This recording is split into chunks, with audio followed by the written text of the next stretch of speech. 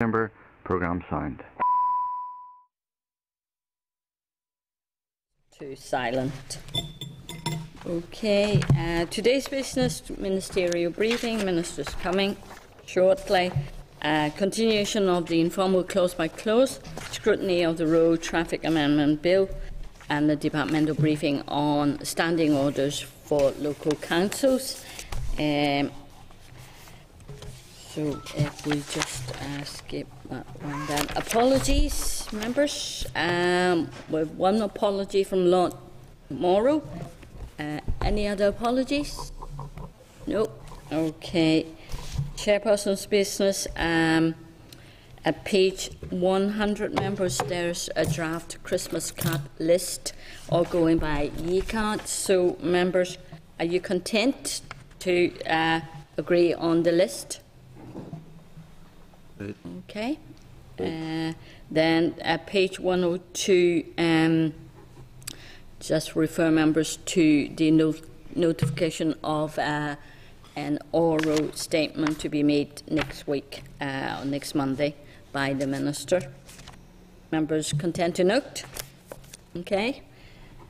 Then members, just to remind you all about the visit next week to the South Eastern Regional College. You have tabled paper there, agenda, arrangement and all there with you. So, members who are going next week? Richard, I appreciate you tabled the paper. What is one?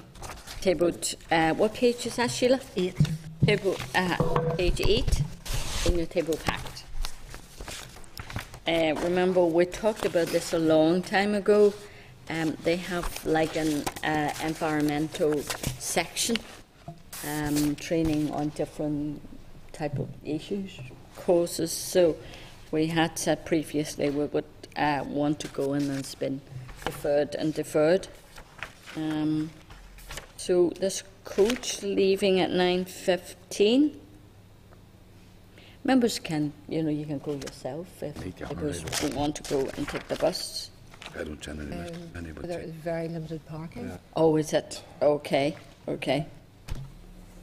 And then I'll come and take the coach. Do they need to say today whether they're coming and taking the coach? You let us know if you want to go. It's just a small minibus coach, but I would say of trying to find parking for a few more cars. Okay.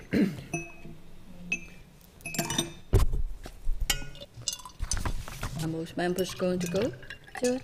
I have a meeting actually with the Environment Minister in Ebrington at the very same time next week on a planning matter, so I'll be sending apologies. Okay. I'll just have to check my diary. Right. But it is a formal meeting. It's a formal meeting. It's not the visit, is it? We're going to have our meeting there. Yeah. Sandra, you go? Yes, I'm going. Yeah, yeah. Okay, right here. Colin, you're attending that meeting next week? I'm just not sure, Chair. I have something to get in there at a specific time, so I'll do my best to move it around. Right here. Okay. So, I mean, we should be back here by 1:30, so just likely leaving earlier than you should to be there for 10. Yep. Okay, members. Can we check if the minister is outside? No? Sure, actually, just look at yes, it should be okay for that. Should be okay with you? Yeah, that's grand. Yeah.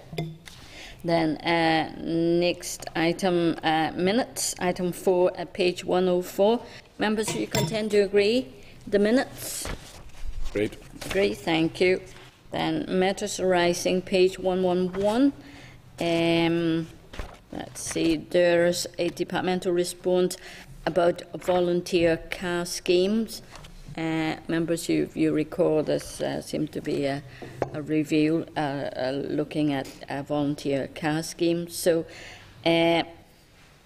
members, would you be content if we forward this to CTA, who raised this issue with ourselves? Great. So, yes, okay. Chair, just to thank as well the clerk of the committee, Sheila, for attending the briefing that the CTN organised on I Tuesday. went too. You, I you was must have been at the there first one. I was at the second one. So the chair and the clerk. Yes. In alphabetical order, chair, Yeah. clerk. No. We're not like that. Right. We'd So, like that recorded, Chair. Actually, Sheila has tabled a page of notes on the CTN event, CTN as well as the EC Link Yeah. bus. Yeah, very good. It was a very good presentation. I think Colin you were there. No, Carol was there. We were there. The You first were one was the there. best You were all one. Chair, I there, think. that's Yeah. right. It was very good. But the second one lost a wee bit of pace, but the first presentation was very good. Right. Well, certainly quite informative and good presentation, I thought. Yeah. So there's a couple of pages of notes Sheila has tabled for members at page 15. We have also got correspondence from CTA and Volunteer Now, all in relation to this review, and they have ordered us to come and brief the committee. I just wonder, members, would you agree if we wait until the department has finished their collection of data, then we'll invite them, the officials and the various organisations to come and talk to us. Is that okay? Yep, thank you. Notionally then, Chair, what month would that be that they would make a presentation to us, the community transport people? Notionally, like would it be February or March? Yeah, will be next when they have finished their review. Yep. Yeah. Thank you. Yeah. So, I mean, they seem to be, saying, oh, we just don't know what's going on, who's doing what.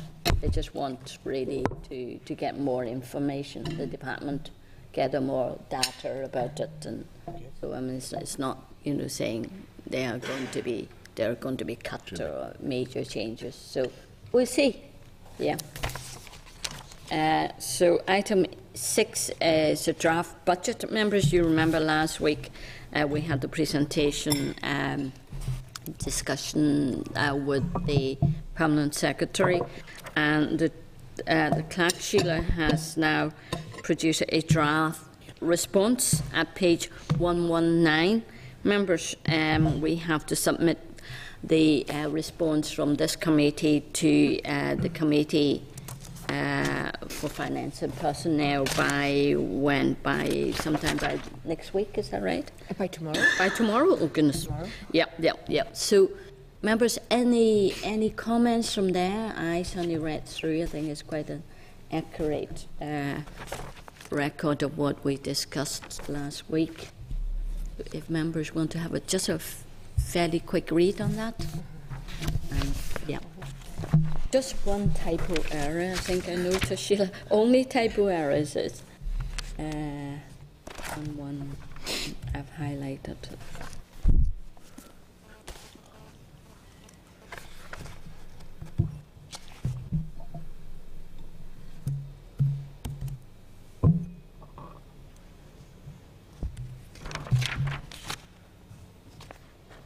Through the Chair.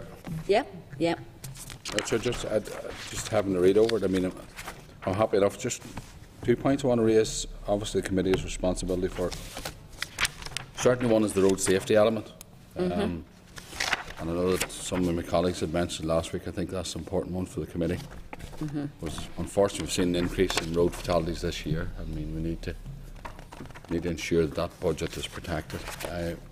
Whatever way the budget's run out, if we have to Sorry, look you at- mean the road safety education? Yeah, well, that's one Yeah. programme, Chair, Yeah. but I mean, obviously, I've some concerns. There's amount of money there spent in the advertisement. I don't mind in general, it's grand, but something. When you see an increase in fatalities that we've seen this year, we have to analyse exactly what we're doing and then review it and see if there's any other measures we need to look at. So it's important, but in principle, the budget for the road safety certainly is a key element. The other thing too was No, we mentioned that somewhere I'm just about, looking at- about the budget. We may not have enough money for advertising. No, Chair. No, Chair. No. Yeah. I mean, Chair, let's not go back over it. What I'm saying in committee is that I would support the budget for the road safety now. It's up to the Minister then to prioritise what his priorities are. I think road safety for this committee is a priority.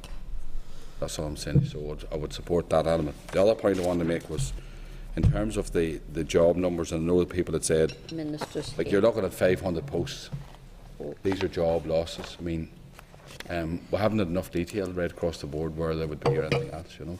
So Members, can we just pack it here, Colin? Just a couple of things, Chair. I know that, Ministers here. Ministers here. Can we come back to this now? I don't want to keep him I'll just make waiting. a point quickly, just Chair, because we'll forget always. Just the point that Cathal made about the Minister needs to prioritise within his budget.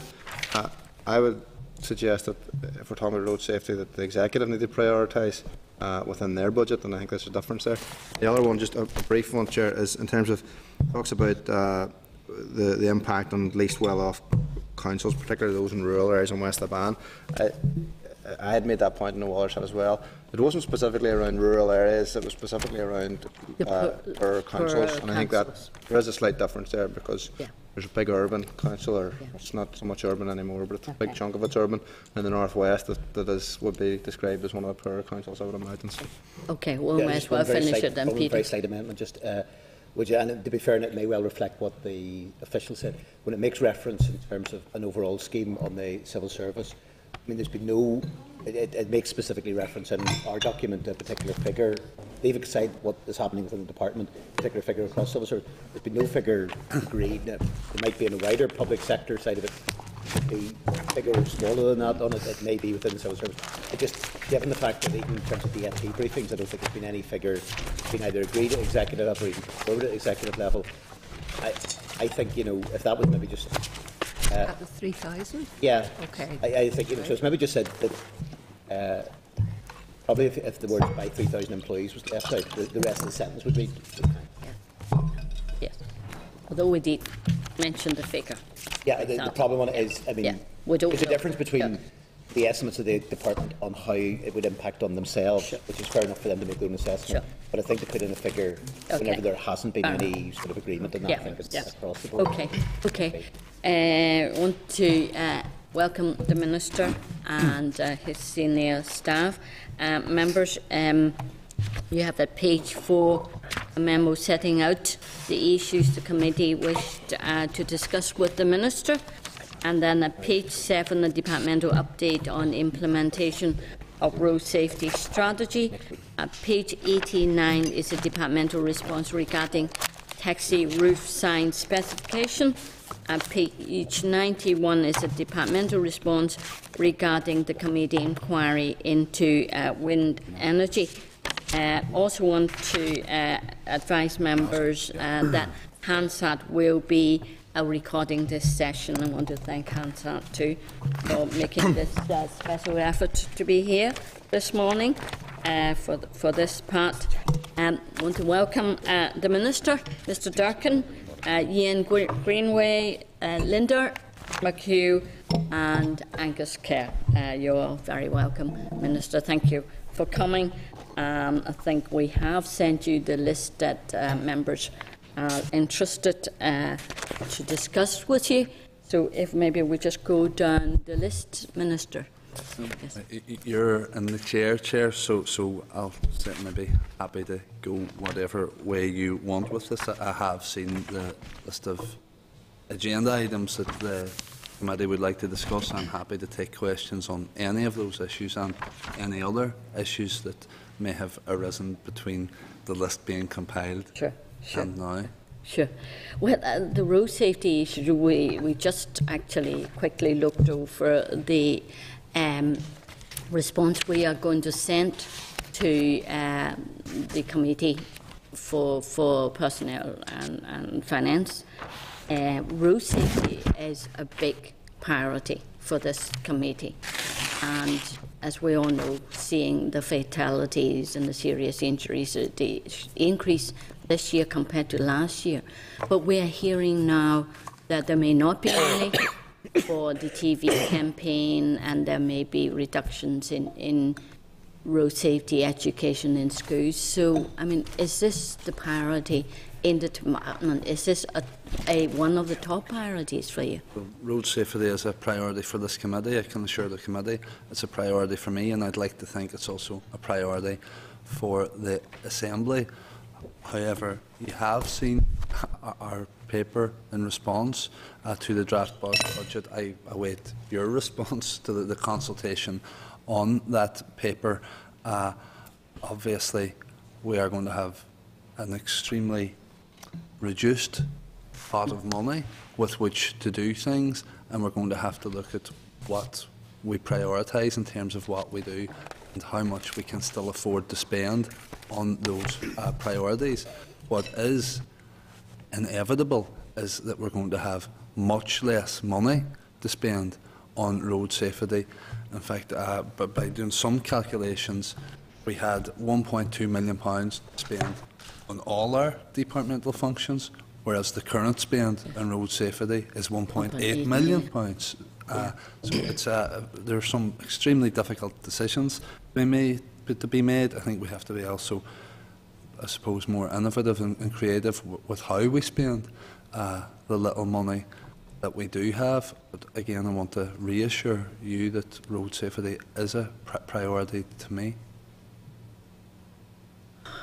I mean, are you going to get then money through bidding, or how are you going to make up that money? I mean, 1.8 million, is it going to be a big demand on the budget, you know?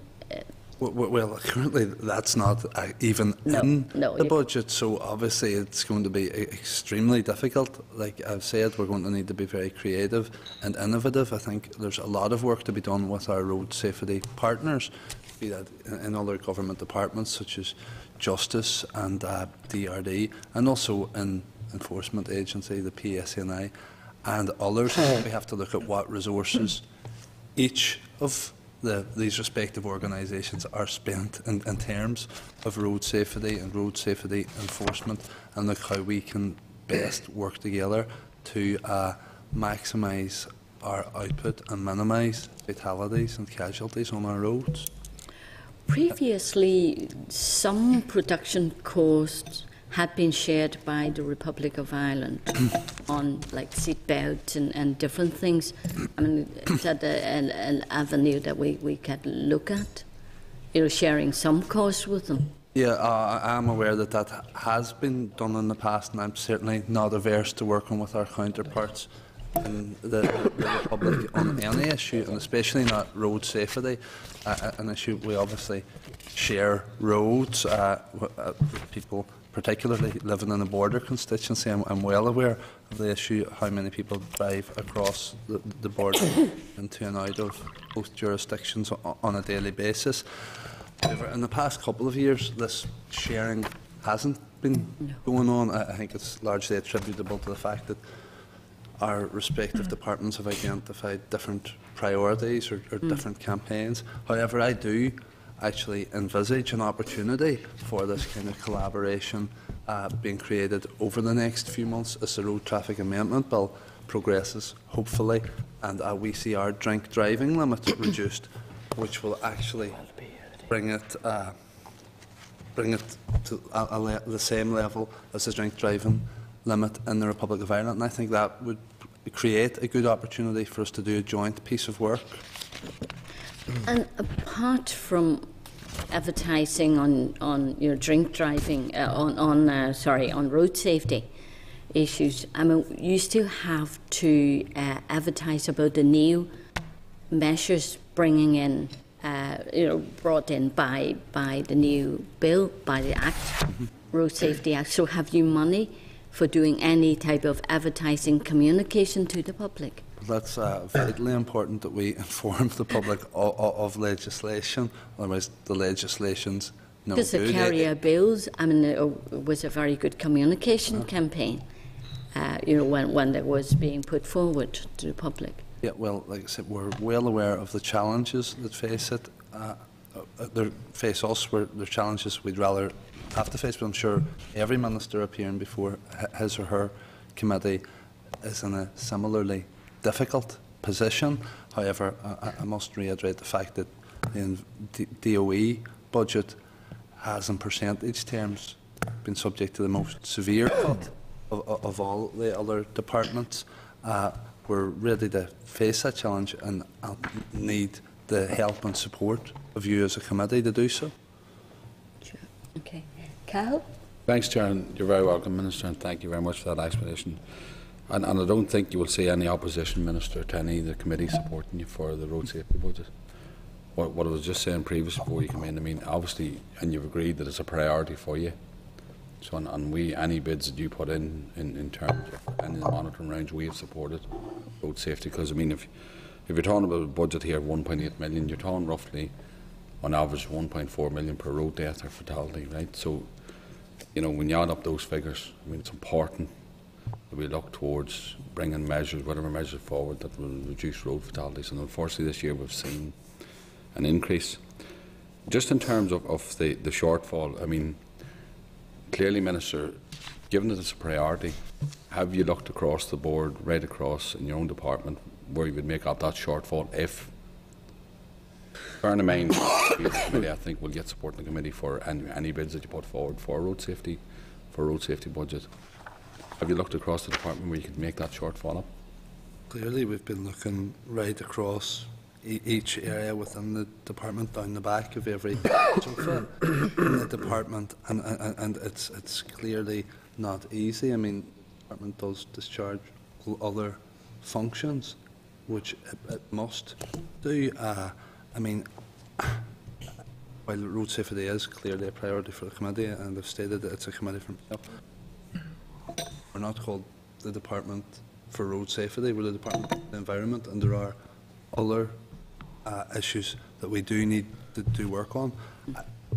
Realistically, I could put every penny within the department into road safety. One thing just struck me there as you were chatting, Cahill, and that was around our current spend on road safety advertising. Obviously, that there have been production costs for different education or information campaigns. I mean, this year we had a couple of them. With a cycling one that cost maybe £300,000 to produce, and then there was the,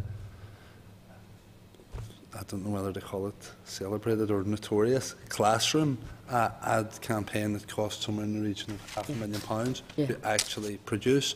Then there are significant costs associated with securing airtime for these ads as well. But I think clearly, apart from, as the Chair had pointed out, the information we have to get out about the new measures will come into play following hopefully the successful passage of the Road Traffic Amendment Bill. We're going to be looking at maybe a moratorium on new advertising. However, that's not to say that we won't be able to secure airtime and maybe look at campaigns that have been successful in the past, ads that have been successful in the past, and maybe reintroduce them. Tweaking them, you mean?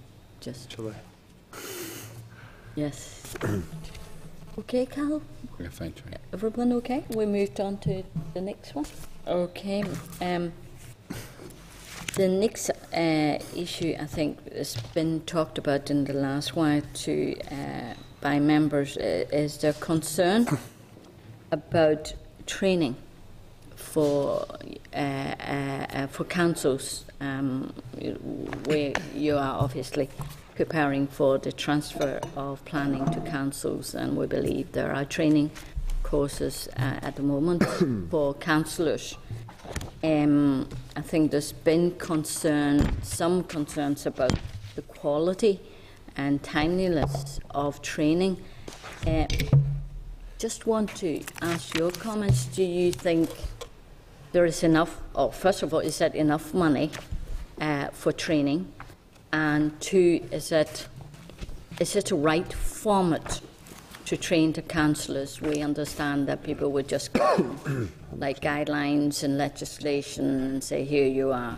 I think people maybe want more practical guidance, handheld, if you like, maybe case studies and looking at step by step practice, really looking at how to go about doing things, rather than to be given information and here you are, go and read them. That sort of training. So, who at the moment are doing the training? Are they planners doing it? Do they know how to go about actually imparting knowledge to people? I know people could be very good at doing their jobs, but to ask them to go and train up someone else, teach someone to do it, are they the right people to do it? So over to you, Minister. Thank you, Chair. Well, I mean, the capacity building of and for councillors is obviously extremely important as we count down to the transfer of functions on the 1st of April next year. And the area that most people have expressed concern about, be it MLAs, be it you as a committee, be it councillors themselves, or be it public as a whole, the area of planning. That's where they are concerned that the capacity might not exist within councils and councillors come the 1st of April next year after vesting day. My department is running a comprehensive capacity building and training programme for councillors consisting of 4 sessions. The first 3 sessions covered an overview of planning, development plans and working within the community. The practical planning have now been completed. Session 4 on propriety and outcomes is due to commence, actually, I think, today. Sorry, was Section 4? Section 4, it's on propriety and outcomes. Okay. It's due to commence today and will cover, in the main, application of the Councillors' Code of Conduct, which is extremely important in relation to planning matters. Training for planners on the new 2-tier planning system will also roll out from next month. I said, this is an issue that, like, I've got, that's not the only training that councillors are getting, though. It's not all coming from the department. Different councils are doing different things, and I've heard different feedback from different councillors and different council areas. I know some have gone to on study visits, if you like, to see how planning committees work in other jurisdictions. Scotland. And I've had positive feedback from those who have done that. I mean, the way that councillors will get more of an insight, I suppose, is not through talking with or listening to planners, but by talking to fellow councillors who are exercising these duties as it is. They're able to flag up what they see as strengths in doing so, what they see as weaknesses and what they see as potential pitfalls. So I think that's important, and it seems to have been well received by councillors who have availed of those type of trips and councils who have, although I know they came in for some criticism in the media for spending money doing so. I think it's very important that we build not just the competence of councillors with the function of planning, but that we also build the confidence of councillors to do so, and the confidence of communities in councillors to do so. In terms of practical training, I know in some councils they have done role play and what, and had mock planning committee meetings where they think up scenarios. For example, oh, you're about to go into a committee meeting and you get a phone call from your cousin who's building a house or objecting to a house. What would you do? And I think that type of practical assistance and role play is very useful as well. However, nothing will prepare councillors for this role like actually doing it themselves, and that's why I think it's important to emphasise that they're not going to be cast adrift come the 1st of April. I mean, the department will be retaining an oversight role. We will be holding the hands of councils and councillors, but without cuffing the hands of councillors. They have to learn to walk before they can run, and we will be there to guide them on their journey. Yes. I suppose, understandably, there's some nervousness. They've never done it before, and this is a very important responsibility and to them, and they want to be well prepared for it. Without a doubt, and I remember on Derry City Council that in planning committee meetings, sometimes colleagues of mine would rub their hands whenever the planners were making a decision that they didn't like and say, oh, wait till we get you in here. But now there's more of a, we don't want planning, and that there's a realisation with that power does come a great responsibility.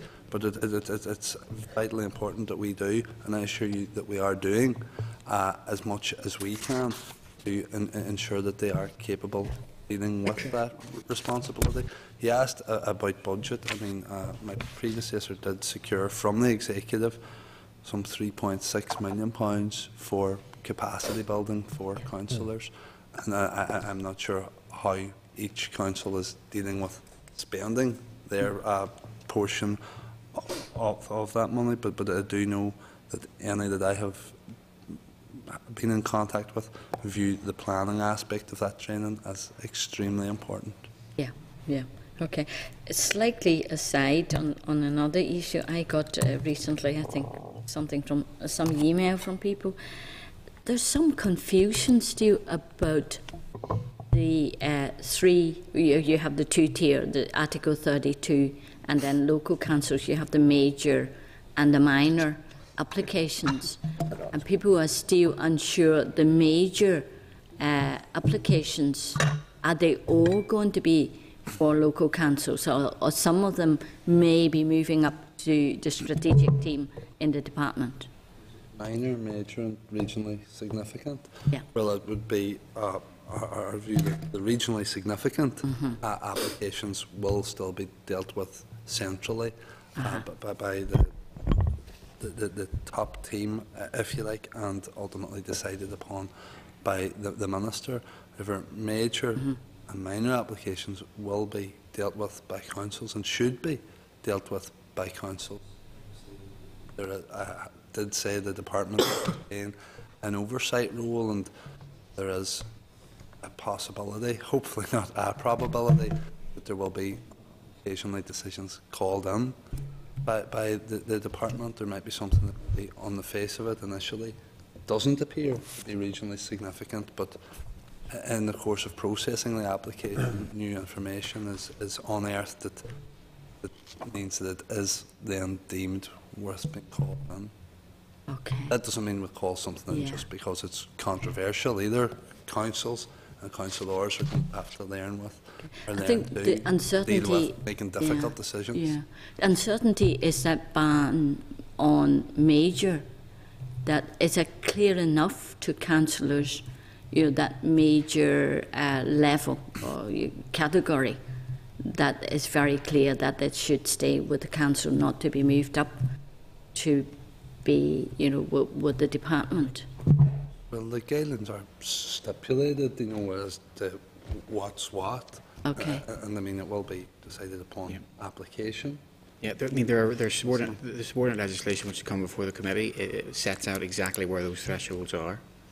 If you're above the threshold, you're regionally significant. If you're That's money-wise, is that right? That's on, on how big the project, or is that on how much money? It's really on how big the project is, what its impact is considered, whether it's a regional size project or more local. It could be novel application, tracking, for example, an application for which we haven't received before, and because it is so new, it would be deemed regionally significant.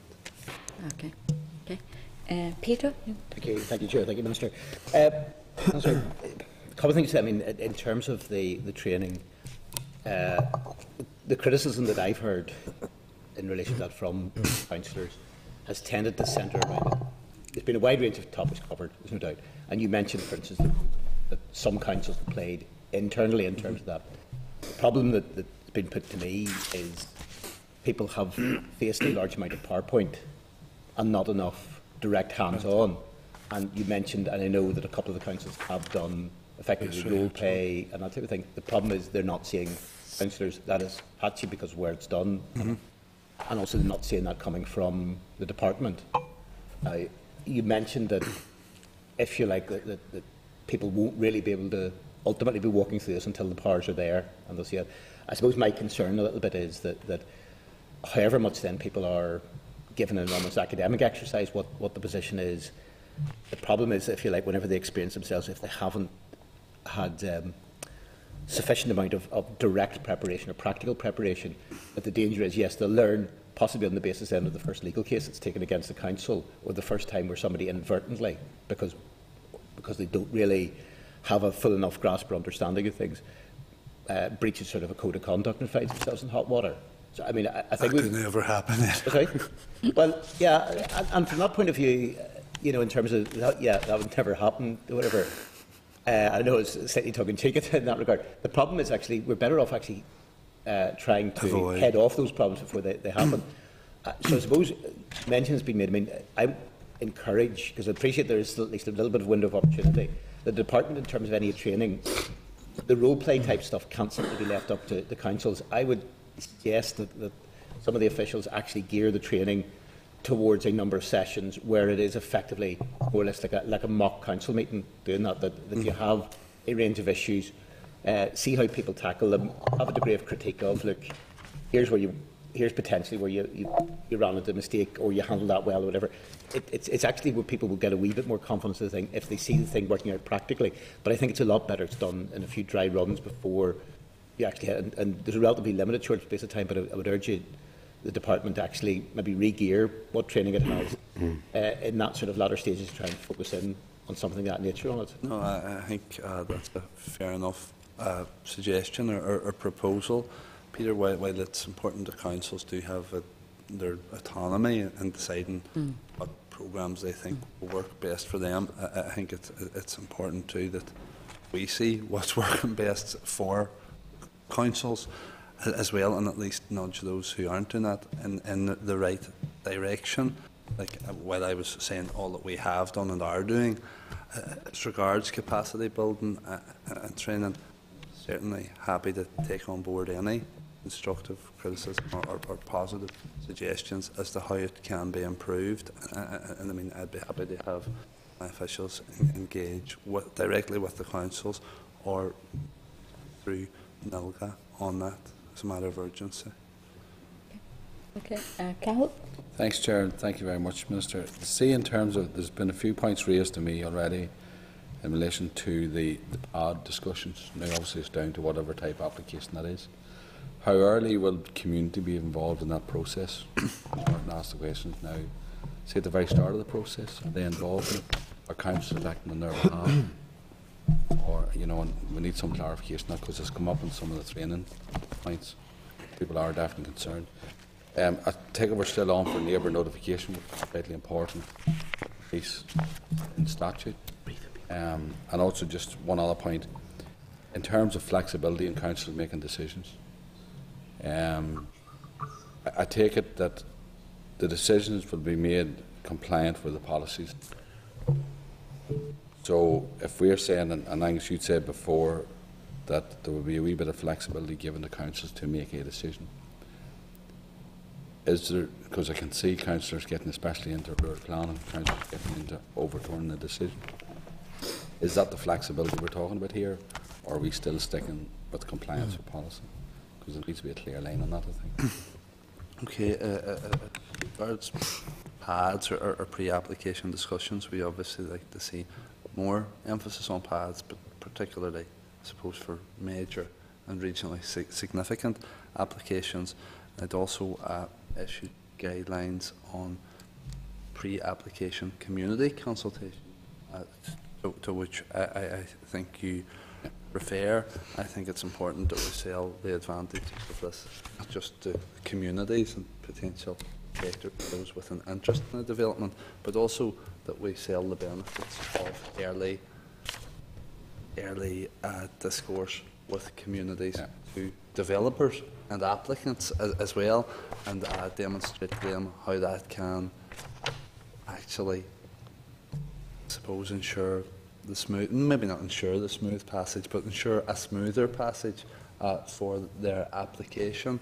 I mean, if they can address the concerns of a community early, if they're made aware of the since before putting in the application, perhaps they can address them before putting the application in. I'd like that to be, it's very much a matter of courtesy at the moment, but increasingly we are seeing and hearing from developers who are choosing to go down this route without being forced to do so. It enables them to form a trust and a relationship with communities, and if they can address concerns pre-application, it means that there isn't a continuous drip feed of objections coming in whenever the actual application is in and it's part of the formal process. And also, whenever we've to respond as a department to objection letters, each and every one that comes in as well, it's actually much more expensive for the department than us having pre-application discussions, trying to get problems ironed out before actually accepting the application. One issue, and I'm just floating this now, but it's around pre-application discussions, some of which are very intensive, and I mean, it's more than just chat and a cup of coffee round the table. Sometimes you might have 5 or 6 pre-application discussions with an applicant, with other statutory consultees like Road Service and NIEA, and while it does then speed up the process once the actual application comes in, I think something, given the, I suppose, budgetary difficulties within the department that we need to look at around maybe attaching a fee to that at some stage in the future as well. That's I haven't said that to any of these guys yet. So. You hear it here. No, I mean, the reason why I brought the question up is because most of the challenges I've seen over the last number of years is about whether the business case stacks up, and especially in job creation. But I've heard recently from councillors on the training they have concerns, and I believe the earlier people participate and know what's coming down the tracks. Yeah. But just in terms of flexibility for councillors to make decisions, is there any? Oh, sorry, I didn't mean to ignore that one. Cal, again, it's not dissimilar to my answer to Peter or Anna earlier around the need for different councils to have autonomy. Obviously, different councils will have their own specific circumstances and their own unique and specific needs. And like part of the beauty of transferring the function of planning to local government, locally elected representatives will know the local needs and will be able to respond to them in a way that maybe DOE aren't always. Therefore, obviously, there will be overarching plan and policy, and the SPPS, which we will come on to later this morning, will ultimately be that overarching policy. But I think that's why it's so important that we do enshrine a flexibility within that overarching policy to enable councils to be responsive to their own local needs. Thanks. Okay, thank you. I'm aware of Minister, you have limited time. If we moved on to the next item, which is taxi legislation.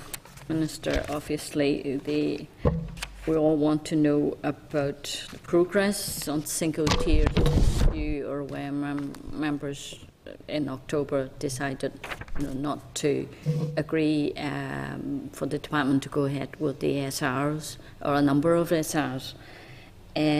So are you still going ahead with the single-tier without including an exclusion zone in Belfast? I addressed the committee, it was last June. I'm sorry, it's been so long since my last confession. but since June, my officials have held a series of meetings with a wide variety of stakeholders from the taxi industry, and the common message, coming loud and clear, has been that the continuing uncertainty is detrimental to the operation of their businesses. I very much recognise that the decisions I take impact upon businesses as well. As much as possible, I want to avoid further uncertainty. I'm also conscious of the organisations outside of the taxi industry that have contacted me in support of the single-tier licensing model, including Belfast as well as the north, maybe even especially Belfast, because that's where the problem is. Significant progress has been made in the last few months, bar the committee's position in October, but I fully intend to stay on course with my proposals to establish single tier. Without the, if I say it bluntly, the agreement from the two major parties, how are you going to get over that? Well, parties, or someone used the term duopoly in here before when talking about the taxi industry. Not even parties, any member of this assembly has the opportunity to lay down a prayer of annulment once I lay the regulations. I hope to lay the regulations within the next week. Don't worry, it's not a scam to catch you over Christmas. Once the regulations are laid, any member will have 10 plenary days during which they can lay that prayer of annulment. So that could take us up to February, possibly. And then a debate would be scheduled thereafter. Okay. And then the Assembly can vote on it. Yeah, yeah.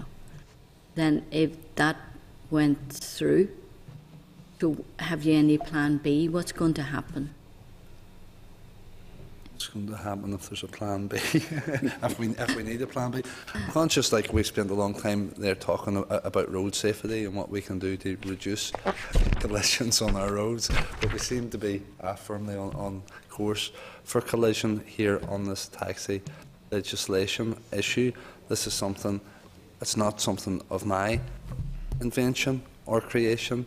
This piece of legislation has been going round and round this committee and round the Assembly chamber for 6 or 7 years. Yeah. Since I think 2008. the continued uncertainty is damaging the industry.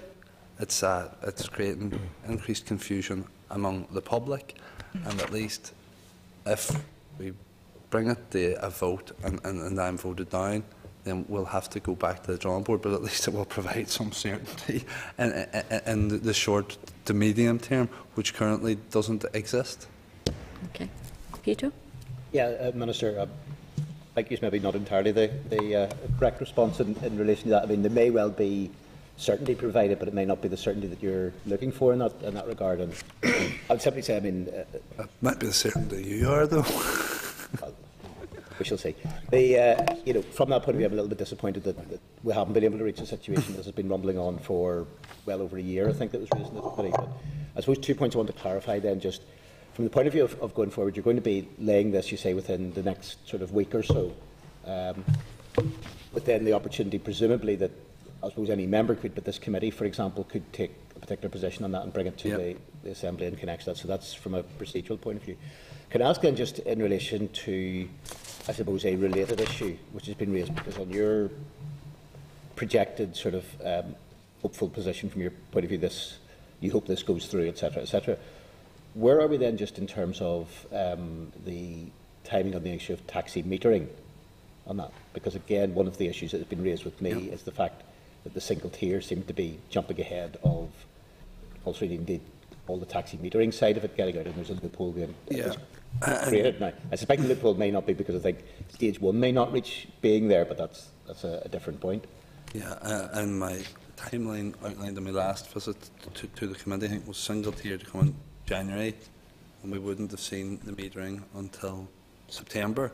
No concern had been raised by Cahill and a colleague of his, Jennifer McCann, around the gap that existed between these different things happening.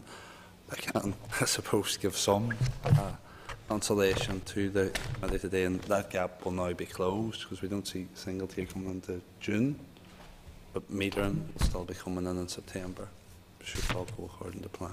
Right, that last revelation, well, I mean, first of all, I suppose, even if our timetable was reached, there's still a gap in that regard. The gap maybe closes, it may close smaller from the other bit on it, but the reference then that you see single tier potentially coming in June, is a bit of a revelation, because previously, up until now, you've talked about January being the...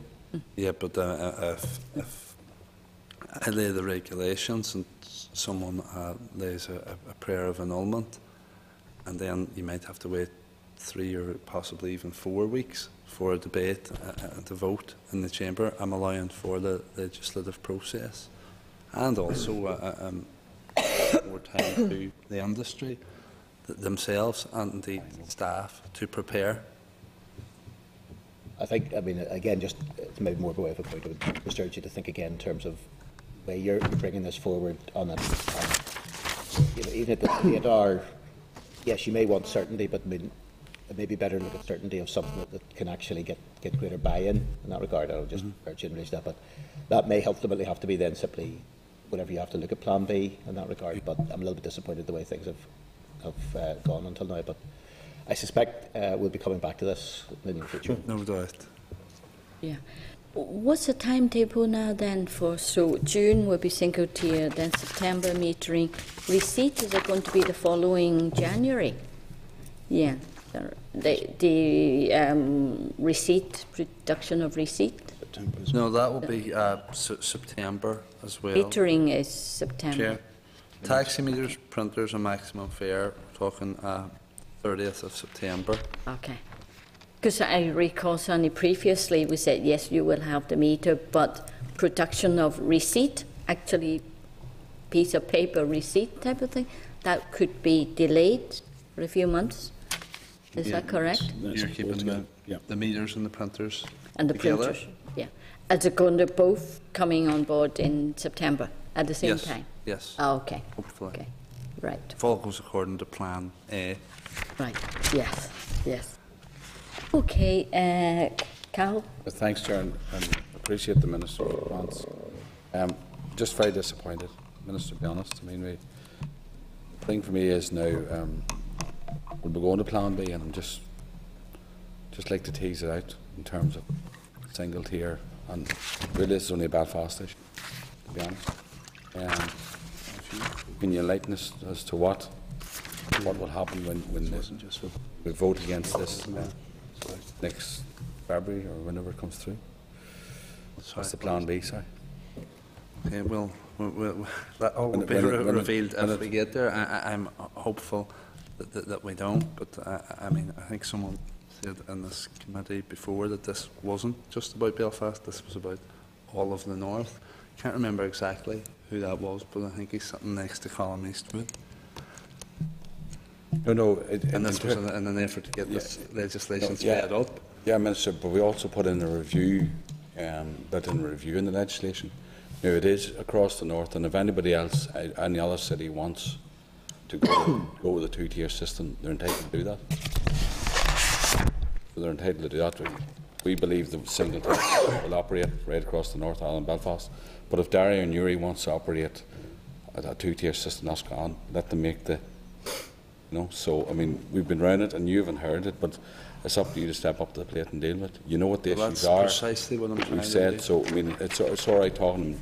I mean, we've all seen what happened in the past, but this here 2-year review we built in the legislation. We've seen what's going to happen if the single tier was introduced. So there's complications with it.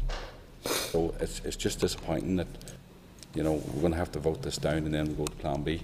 No. Well, I don't go seeking confrontation. Well, However, I do want to bring certainty. Like I said, it might not be the certainty that some quarters want, but I do want to bring us to a close. It's been going on and on. Yeah. It has, yeah. So there's no protection for the public sector, public hire.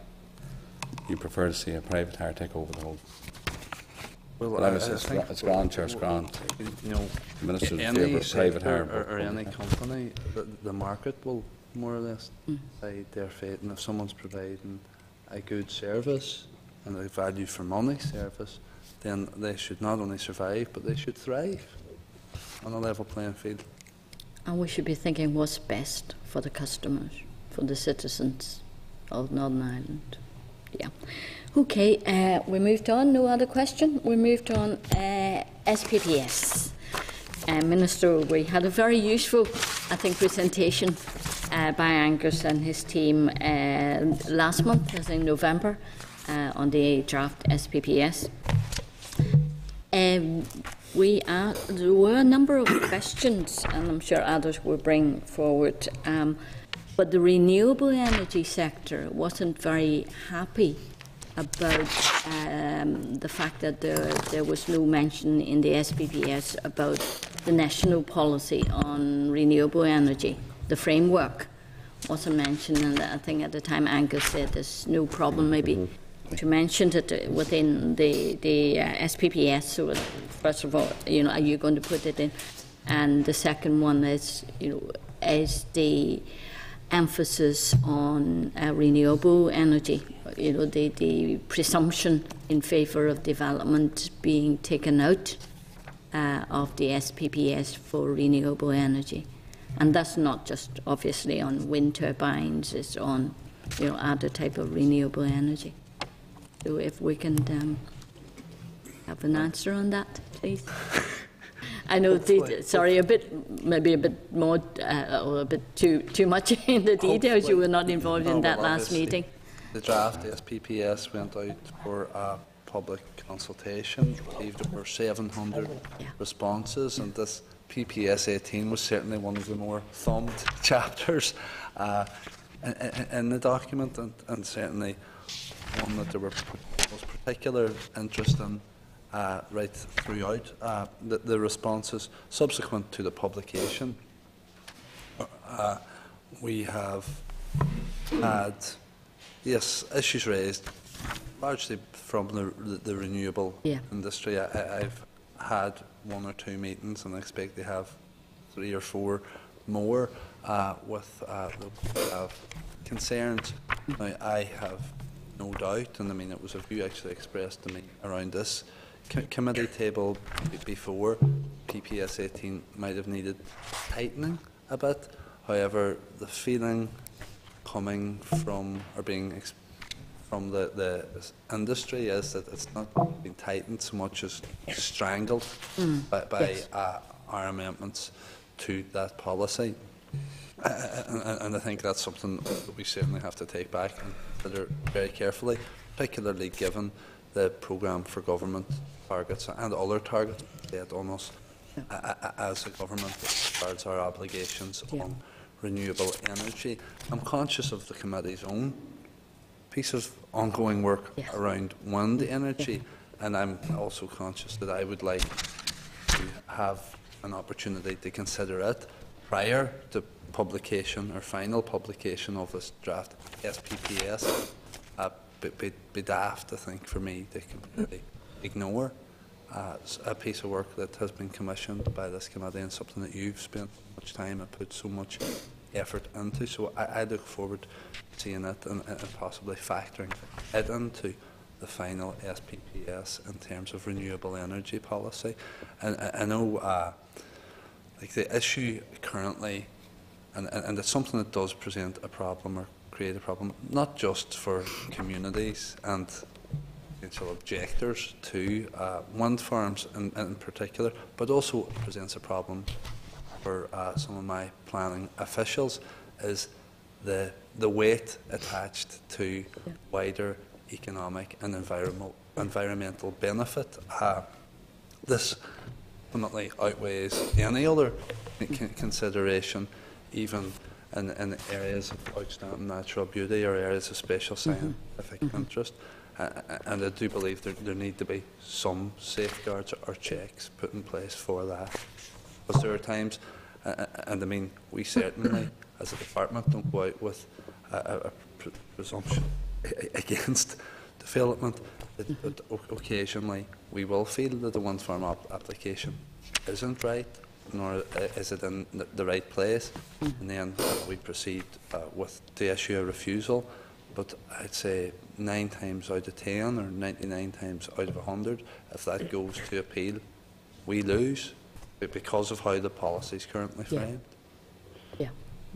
You need that tightened so that easier for everyone to understand where they stand as well. Yeah. Okay, I know Barry. We understand pretty clearly where we stand Yes. currently, I think planners understand, communities are beginning to understand where they stand, but Yes. it's not a very good place that they're standing on, you know. Yeah. But I mean, if it's clearer, definition and you know and measures within the SPBS or under definition in the SPBS, then the developers themselves know, before they embark onto spending lots of money doing their business case or environmental impact assessment.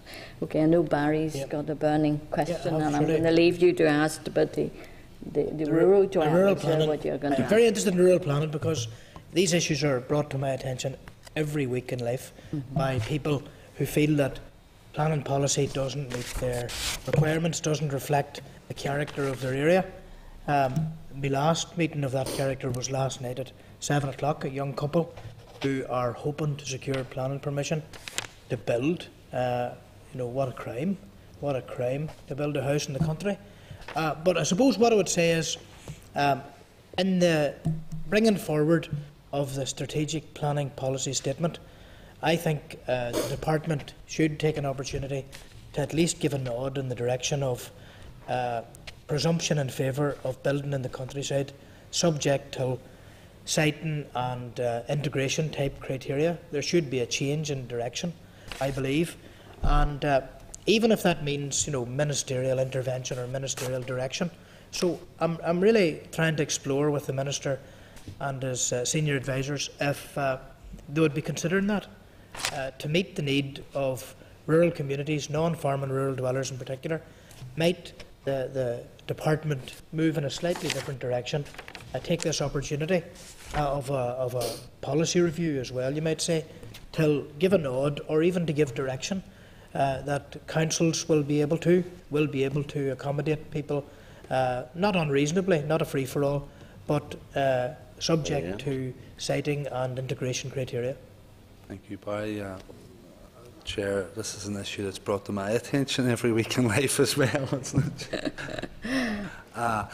No, Will, I'm responding to Cal Boylan earlier on one of his questions. I spoke about the opportunity that this SPPS gives us to create flexibility, a flexibility that you feel and that you're representing feel currently does not exist.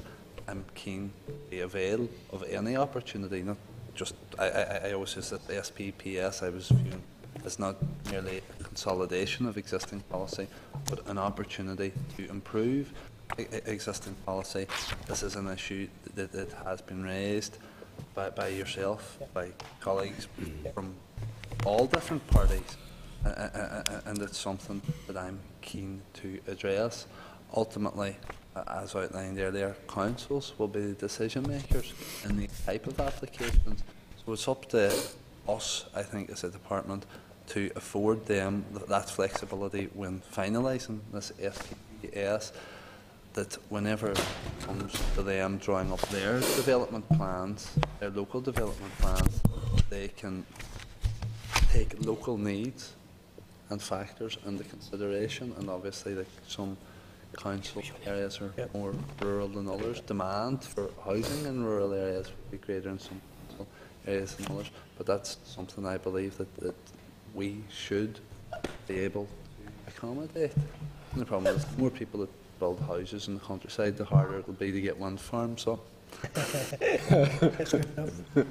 I'm happy enough for now, Chair. Do you wish to proceed?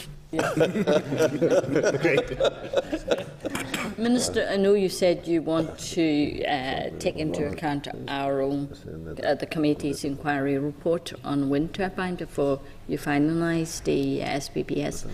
You need to finalise it. You need to publish it before the 1st of April. Are you on track? yeah, well, I had, I suppose, pledged to do so by the end of this calendar year. It's not going to be by the end of this year now, but I very, very much intend and expect it to be by the end of January. It just depends on you getting that report out. Well, our report should be ready beginning of January. Okay. Yeah. I'll look yeah. forward. Yeah. Okay. It's important that it's right, not rushed. It's a very important piece of work. Yeah.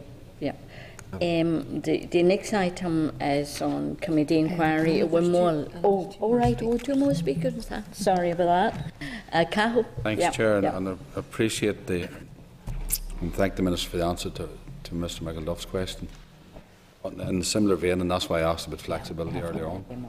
I'm going to find it's going to be very, very difficult in case of a non-farm rural dweller, and that's why I asked you, are you saying now that you're giving council the authority to overturn, because they will have to actually overturn a decision and will go against compliance to policy at this time?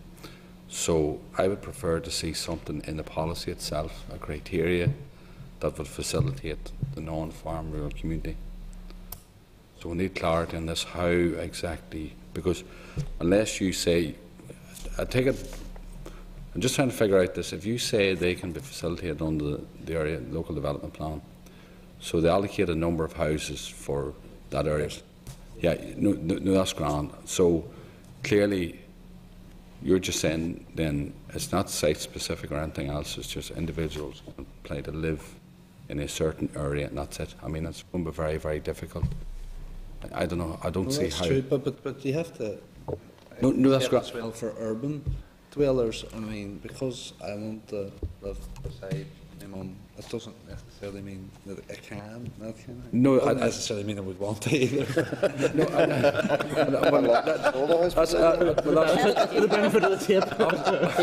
Obviously, that's your personal choice, Minister. But the reality is, I don't see, designating urban settlements is slightly different. What I'm talking about is single sites in the countryside here. And it's going to be very, very difficult because the criteria that's set out at SITS, that's what I'm trying to nail down exactly what criteria. And you're saying today that you're going to allow the flexibility for local development plans to facilitate rural dwellers who want to live in the countryside. Yeah, I mean, our work in this isn't finalised. I've outlined before in here and response to numerous Assembly questions that had been done by my predecessor, actually prior to and subsequent to a review of the workings of PPS and difficulty in establishing a group as non-farming rural dwellers, because as soon as someone moves into a rural area, they're a rural area. So we're actually looking at other jurisdictions, what they do as well. It's very difficult if you were to go down the kinship route, for example. It's extremely difficult, and that has been the experience in other jurisdictions as well. The Republic of Ireland found that particularly difficult. No, and so what about occupancy tie or things like that there? 10-year occupancy tie to a building? There's other areas. I mean, there's other. You would need to define the occupancy condition would apply to. Traditionally we would have used occupancy conditions for farmers building in the greenbelt and so on. It's quite an easily definable group. It's this issue that the Minister referred to about trying to define a non-farm rural dweller, particularly in Northern Ireland, where really most people have links to the rural community, even if they're actually living in a town or city. Very problematic. Well, I'll finish on this point. We're talking about sustainability of rural communities, and we know that 80% of the people who live in the countryside are non-farm rural dwellers. So, I mean, how are we going to sustain it? So it's an issue that's been going ongoing for a number of years. But I'll take it on board, Minister. You said flexibility, and I would want to flexibility, but I don't see PPS 21 as being permissive. However, statistically, if you do look at the number of approvals and the rate, the approval rate for applications for dwellings in the countryside over the past 3 years, I mean, it's over 90%, which indicates that there are... Here, can I just say that's because nobody's applying. Nobody knows they're going to get permission. There might be 90% approval of a small...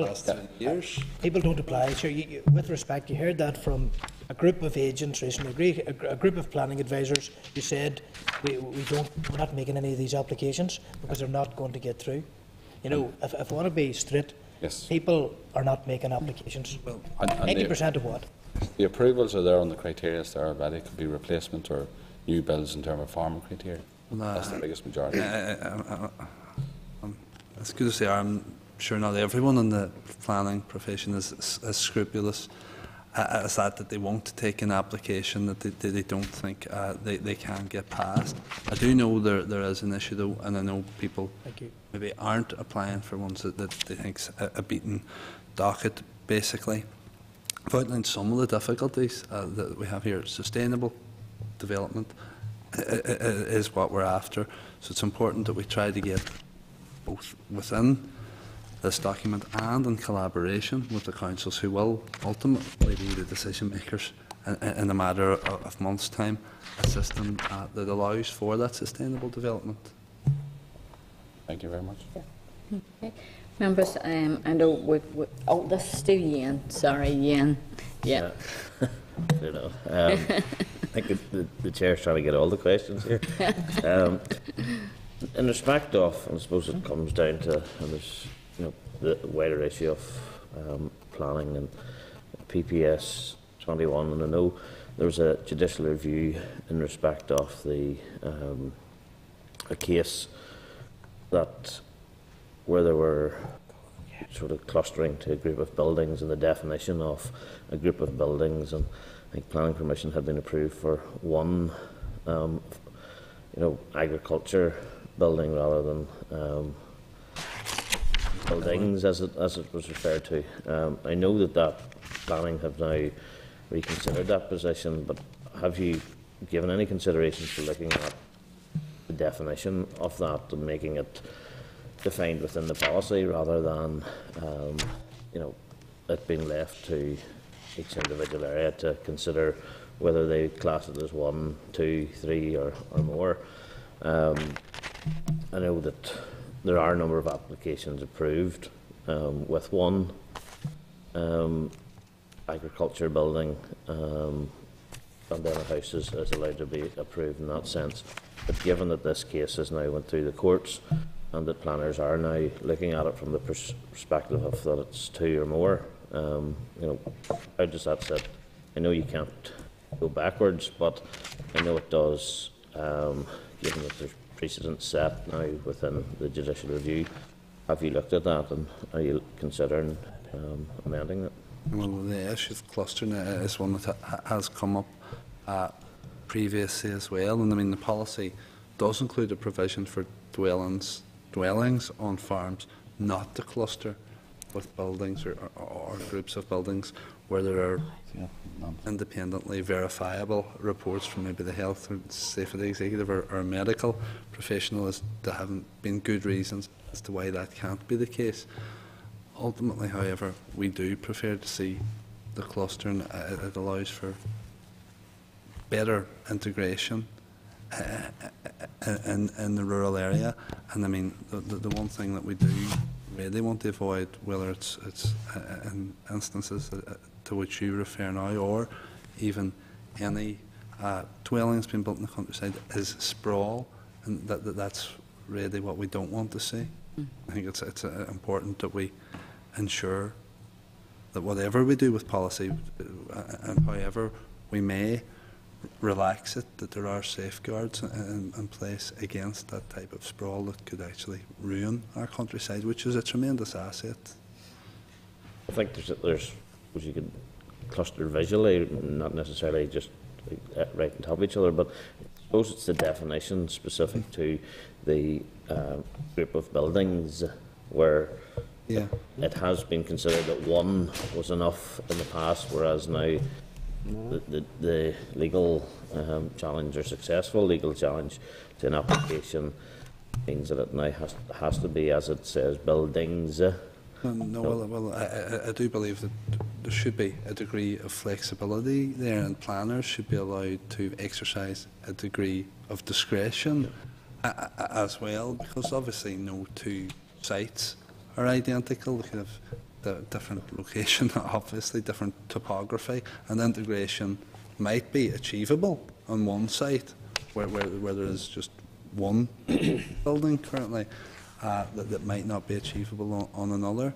So I think planners, and bear in mind there is always or should always be a presumption in favour of development. I'd like to, through the SPPS and the transfer of planning to councils, give planners maybe a wee bit more, say freedom, I don't want to give them that, but a bit more discretion Flexibility. on how they judge applications. Okay. Okay, Ian? Yep, thank you. Okay. We certainly have discussed with you in relation to our report or our inquiry into wind energy. Something I'm not going to mention that, but I know Auburn wants to ask a question on the department's budget. Quite relevant, yeah. Yes, Chair. I think, well, it's been a very good discussion this morning. The elephant in the room is really the budget. And we had a very good and very detailed outline of the budget last week, Permanent Secretary Mr. O'Reilly. But it was a fairly grim picture he painted, particularly in relation to the loss of posts in the department, upwards of 500. And in addition to that, I suppose the impact on local government in relation to the rate support and other grants in relation to the new council. So I was wondering if you could give I suppose a broad brush picture of how you feel that the budget will impact on your department. We did touch on this a wee bit earlier, Alban, as well, particularly in relation to the impact of budget cuts on road safety spend in particular. Obviously, it's hard to find the words to describe the position I find myself in, but that all ministers, in fairness, find themselves in, and the tough decisions that we're going to have to make, and individually in our departments, and then collectively as an executive, as the DOE budget consists so largely of staff costs and grants. That's where the savings or cuts are going to have to be made. I mean, there's absolutely no choice in that, and I mean, it's not somewhere that I want to be. Again, I'm sure it's not somewhere that any minister wants to be, and it's certainly not where the 500 civil servants that we're talking about here wants to be either. However, genuinely, there's just no choice in the matter at the moment. The impact on local government is going to be pretty severe as well. When we're talking about 500 departmental posts, a lot of the grants that come to local government and indeed the other agencies from my department that are going to have to be called support employment as well. So, I mean, that 500 figure I think could easily rise to 600 jobs as a result of cuts to my budget. I have asked Simon Hamilton to ring fence the grants to councils, namely the derating grant and the rates support grant, because all DOE is basically as a post box for that money from DFP to the councils. I think we should be charging a handling fee, if anything. And my worry was, and still is to an extent, that the transfer and functions grant, that the department's transferring functions to councils, that if it's to be filtered through my department as well, that it might be counted in the baseline for DOE's budget against which these cuts are calculated. It isn't as bad now. That's maybe one silver lining of the fact that DSD weren't able to get their regeneration and housing bill over the line. That would have meant an extra £86 million, for example, that had to go from them to local government, potentially via DOE. So I've asked Minister Hamilton to ring fence those grants. He's of the opinion that if he's telling the police, he's telling the fire service that you're going to have to make and take cuts, that local government should share the pain. Basically, I have a real problem with the fact that this is going to impact so heavily upon the rate support grant, which goes primarily to the less well-off.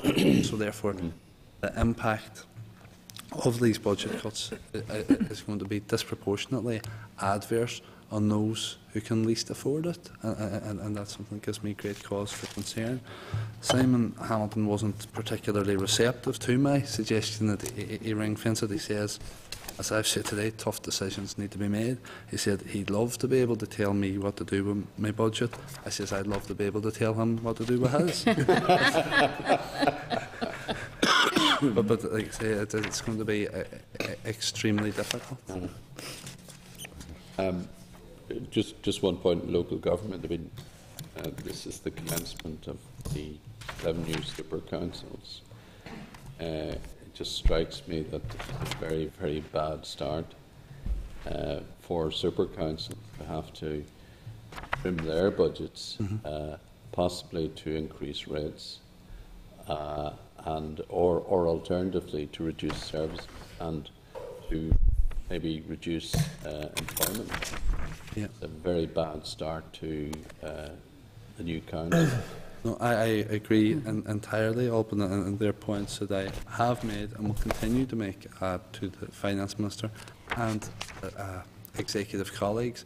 It's something that I heard loud and clear from the partnership panel on Tuesday when that panel held its inaugural meeting. I have to say it was very well attended, and with a few other ministers came along as well. But I know local government is collectively extremely concerned. Like I say, I'm particularly perturbed at the fact that the impact is going to be disproportionately adverse on those that can least afford it. Thank you very much, Chair. Well, thank you. I want to maybe pick up some more points as well. Minister, you said then, apart from the departmental cut of your own staff estimated to be 500, maybe there would be in total 600, and that's the voluntary sector. Is that right? That would be your arm's length body? Or we haven't actually carried out that exercise. That's something that there hasn't been consultation on. That's just a summation. But I know some of the organisations that are funded through the department. I know some of the programmes that are funded by local government through grants that come from our department. Even within local government, quite a lot of their employees, particularly in and around environmental health and building control, are subsidised by money coming from our grants from our department as well. So, I mean, the impacts of this could be colossal. Could be, more. I have been hearing from the voluntary sector, they are very concerned that, the grants are going to be cut to them. But legally, where do you stand if you have given a voluntary organisation a letter of offer to say that they are going to be given 3 years budget until 2016, and then you're now telling them that they are not getting it next year, or even this year they're only going to get half of it. So I mean, legally, are you not obliged to fulfil that terms in the letter of offer?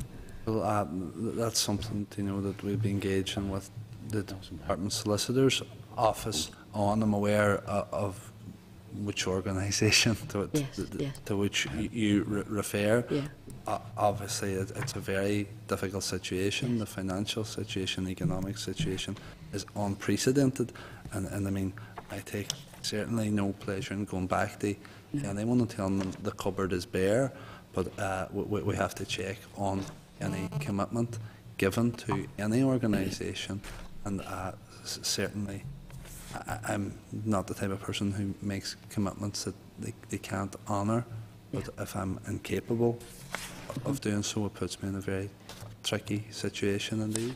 Yeah. Well, I know you have almost an impossible job to do with £1.2 million left in your kitty, to spread around for a whole year. Managing a whole department's services, that's just not an easy job. But I know the voluntary sector is very, very concerned. If they're not going to get any money, they have to then very soon tell the staff to go, and people can go back to them as well legally on contract. They have been, told that they will have a job until the end of next financial year. Yeah, So, and I'm aware of the difficult situation that this uncertainty places, not just that organisation, No, but many other quite a few organisations as well. And again, that's something yes, sure, and it's not right just across all departments. Yeah. It's not just your department exactly, many other departments as well. And they feel that they are the easy target. Departments try to save your jobs within your own department. We're certainly not an easy target. No, the voluntary sector Yeah. feel that they are an easy target, that you can just in one stroke to say, right, all the grants promised are not going to happen. And I just wonder, how fair is it, to those organisations who are doing a lot of frontline services on behalf of departments, and they are being told, well, you're going to be no more. No, like I say, I appreciate the difficulty that this creates for many organisations and groups and individuals. Cathal? Thanks, Chair, and just now the Minister's here, and you mentioned the budget. There's obviously been some concerns in terms of the likes of the Natural Heritage Fund, and not how infraction proceedings would impact if them grants would be cut, in terms of some of the work that's done in environmental groups, and also in terms of the Challenge Fund. Have you looked at it in any way? Has it come up in talks in relation to? Well, that's something that I am obviously going to have to look at and see how we can, like most of the revenue generated through the functions of our department, go back out on those functions. So anything you get from licensing, for example, is spent on licensing. Anything you get on permitting, it's spent on exercising. That function, the Challenge Fund, I suppose we are fortunate to have that income stream, if you call it an income stream. But I mean, that had in statute been put down that it has to be spent on community projects. I do believe, however, that we are going to have to look at it and again be a wee bit creative about how we can perhaps supplement the budget of the department and exercising its functions with that Challenge Fund, which we already do actually. I mean this year, for example, the Built Heritage grant, that cupboard's been bare for a long time, but I was able to utilise £400,000 of the Challenge Fund for community-based built heritage or listed building grants. And in terms of the impact of the likes of the RSPB work on that, on the concerned obviously infraction. Yeah. Oh no, I'm meeting the RSPB very soon on this, and I'm sure here loud and clear it's again something that causes great concern. There are things that I'd like to prioritise within the department, and then there are things that we're going to have to prioritise within the department. Minister, with the announcement in Westminster of more money that's been found for NHS, and we should be getting a proportion of that, do you think there may be some easement on all the other departments and not going to see such a big cut? Have you been told that? Well, we have an executive meeting this afternoon. I look forward to hearing about that. I'd look forward very much to hearing that. I think, again, I've spoken quite a bit here today about the need for innovation and the need for enhanced partnership work, and I think it's vitally important to look at organisations within this jurisdiction who are doing work that we can tie up with them. They roll out some of our functions, and that we look beyond here as well, how we can, I suppose, enhance collaboration with our neighbours in the Republic in order to meet targets and make progress. And then even beyond these shores altogether, I think we should be, and are, I have to say, are looking at Europe and Horizon 2020 and what opportunities might and certainly do exist there in the environmental sector. Sure. Although Horizon 2020 is very much on research and development. But again, a lot of the work carried out by the scientific end within my department, that would be right up their street. Okay. Okay.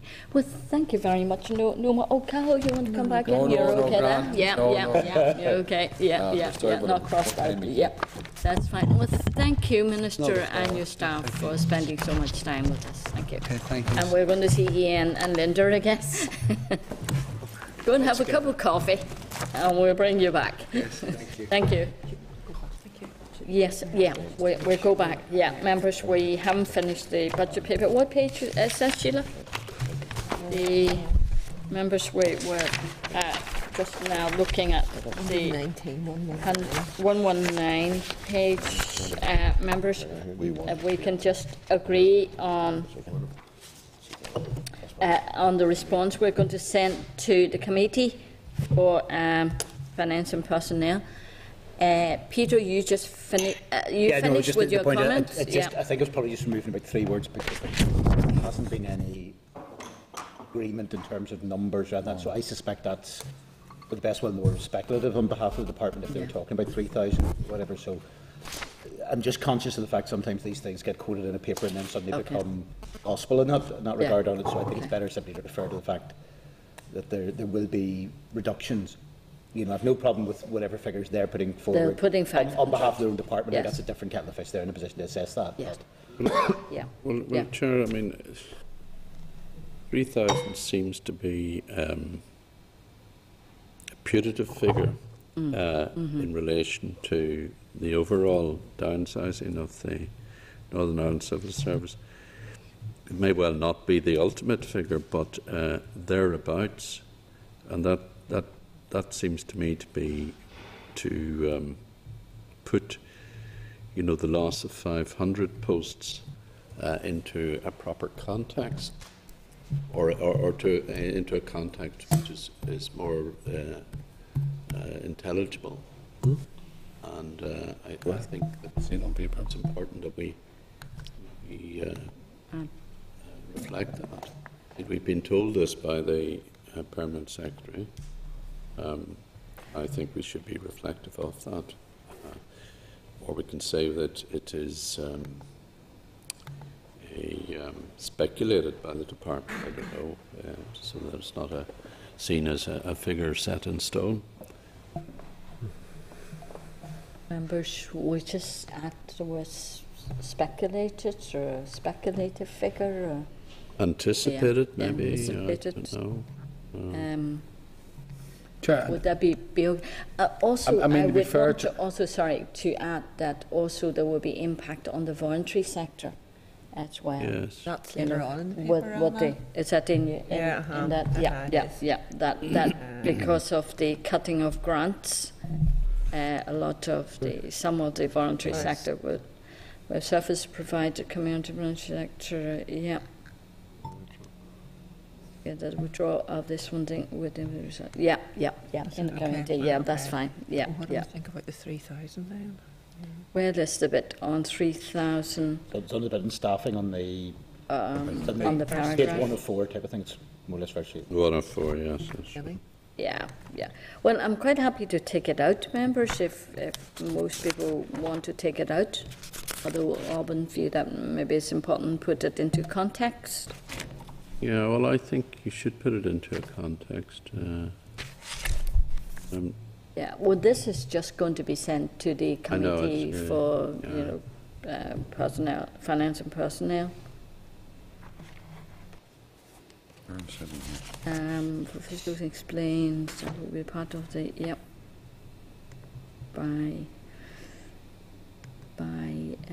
Yeah. 3,000 for, that was what the permanent secretary actually said, is that He what did, yeah, he Did did. say? Well, this is what he said, we're just reporting, suppose. Yeah, except, Yes. I mean, except the other thing, sorry, as well, is that it's part of it would be part of a Northern Ireland Civil Service way to cut the public sector. The public sector workforce may well be cut by more or less than that if you're taking the public sector, which is different from the civil service. in that regard. The public sector is Nurses, 212,000 doctors, people. social workers. Yes, administrative people of various levels at arm's length bodies and that type of thing. Now, you know, I have heard, quite frankly, wildly differing figures of what that could be, and I suspect probably, apart from anything else, there'll be some level of feedback from departments on that. I mean, I know, for instance, earlier on this week, the Assembly Commission met, and one of the things that we're discussing as well, anything the Assembly Commission is likely to do in terms of numbers will be marginal. You know, you might be talking about 10 or 20 people, if there was an opportunity for people to be part of this. But the point in certain regards is, until they get feedback from that, until there's been discussions with the unions, until there's an agreement from the executive, you know, that could be 2,000 people, it could be 5,000 people, it could be 10,000 people, it could be 3,000. It is, to a large extent, I think, at this stage, plucking a figure entirely out of the air, to be perfectly honest. I think the one thing seems likely is it seems likely that there will be some form of voluntary exit scheme, but the scale of it is really utterly pie in the sky. And I'm just, as I said, a bit, you know, I mean, if there's something was put, for instance, one other bit might be if we're talking about the 500 staff, if there's some sort of reference to which would represent a significant portion or a significant proportion of the overall total or something of that nature, that probably would be a fair enough comment on it. I'm just conscious of the fact that potentially, albeit that, you know, the Permanent Secretary, to be fair to him, and the Department can have a pretty good handle of what they see as the implications for themselves.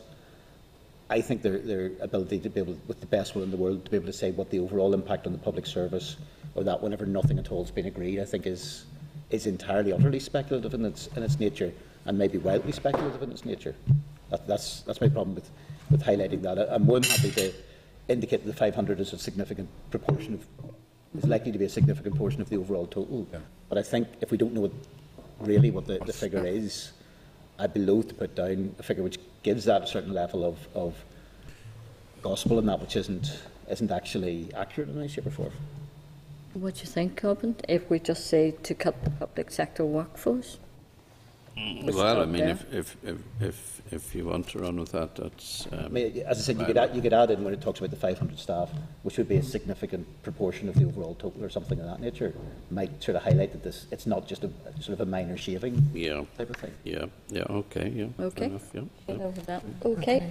Any other issues, members? Only we covered most things anyway. I can't see where. I suppose, Chair, just in relation to that point, I mean, it is emphasised as 1/3 of the workforce in the event. You know? Yes, we did. I think we've certainly put that very clearly, that it's almost impossible, I think, to suddenly cut 1/3 of your staff in 1 year. Okay. Only a very difficult no, job. Chair, that's a telling point. I mean, and we tried to tease out some detail from the Permanent Secretary last week about where all this was coming from. I mean, that, you know, 1/3 of the workforce is extreme, and how you're going to deliver. So, yeah, I mean, it's we need well, members, then happy to send this to the department, to the committee. Yes, tomorrow, okay? Very right, good we need to move on. Yes, good summary. Thank you, Sheila. We need to move on now, members. We have a number of SLs. Am I on the right page? Yes. Yeah. We're on to SL. We quickly on. I know last time Ian was kept waiting for a whole morning, so we want to accommodate him today. Okay, members, quickly. Number of SLs. All relating to planning issues and the transfer of planning decisions to local councils. Okay, members, just to remind you, the department has offered to provide oral briefings on any individual SL1s if we wish them to come. So the next one, the first one of the SL1s is on page 205. The Planning Trees Regulations NI 2015. The purpose of this rule is to ensure that there are robust and workable statutory controls for the management of tree protection when planning powers are transferred to councils in 2015. The rule will be subject to the negative resolution and will come into operation on 1st of April 2015. I think it's a good thing. And members, are you content for the Yes, department to proceed? Maybe just needs to clarify. I presume on that basis that will provide the particular statutory protection whenever the transfers in relation to that. Is there any implication? I know we're talking about like a two-tier system. Maybe just if we inquire of the department, does that leave any sort of loopholes in terms of maybe any of the wider planning ones that they are considering, or is those already protected? Okay, we're going to If you see what I mean. Yes. I'm just conscious. I think it's a good thing that I feel like those regulations are being put through. It's a good thing. The protections are going to be there. Yeah. I suppose let's just make sure that the same level of protection is stuff that's going to be remaining with the department on that basis. I suspect it will be, but I think it's just useful to get a wee bit of reassurance. Okay. Does it cover council? Cover all the categories? And, Yes, that's like a more significant development. Yeah, the regionally significant category. Okay. The next one is on page 209, members, another SL1, and that's the planning conservation areas demolition regulations. The purpose of this route is to enable councils to discharge their new functions as planning authorities in relation to applications for consent to demolish an unlisted building in a conservation area. Members, the rule will be subject to the negative resolution and will come into operation on 1st of April. Members, do you contend for the department to proceed with making the rule? Great. Yes. Next one is on page 216, and that's the planning listed buildings regulations. The purpose of this rule is to enable council to discharge their new functions as planning authorities in relation to applications for consent to carry out works to listed buildings. The regulations also provide for the department to continue to operate as a planning authority for those applications for listed building consent that have been determined by it under Section 88. The rule will be subject to the negative resolution and is proposed to come into operation on 1st of April 2015. Members, you content for the department to proceed? Great. Okay. Next item, another SL1, is on amendments to the motor vehicles driving licences. That's at page 249. The rule is to correct unintended differences that exist between legislation here and GB with the aim of improving parity of driver licensing law throughout the UK. The rule will be subject to the negative resolution and is proposed to come into operation by May 2015. Members, are you content for the department to proceed? Great. Thank you. Next one is another SL1 at page 264. That's transposition of the third driving licence directive. The purpose of the rule is to ensure compliance with the European directive following the launch last year of a pilot case against the UK's transposition of the directive. The rule will be subject to the negative resolution and is proposed to come into operation in early 2015. Members, are you content for the department to proceed with making the rule? Great. Yes, thank you. Next, another SL1 is at page 205, and that's the nitrates action programme regulations. The purpose of the rule is to set out an action programme under an EC directive concerning the protection of waters against pollution caused by nitrate from agricultural sources.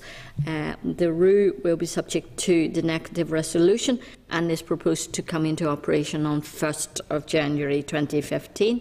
Members, are you content for the department to proceed with making the rule? Great. Yes, thank you.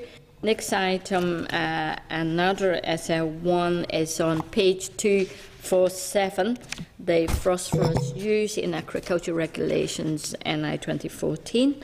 The purpose of this rule is to limit the amount of chemical phosphorus fertilizer applied to land to that which is required for growth of crops. This reduces the amount of excess soil phosphorus potentially available for runoff. The rule will be subject to the negative resolution and is proposed to come into operation on the 1st of January 2015. Members, are you content for the department to proceed with making the rule? Great. This is a bit tight, though, this 1st of January. Only a few weeks. Coming to us very tight. Next item, members, is now on the Road Traffic Amendment Bill. Our informal close by close, and that's at page 264, members.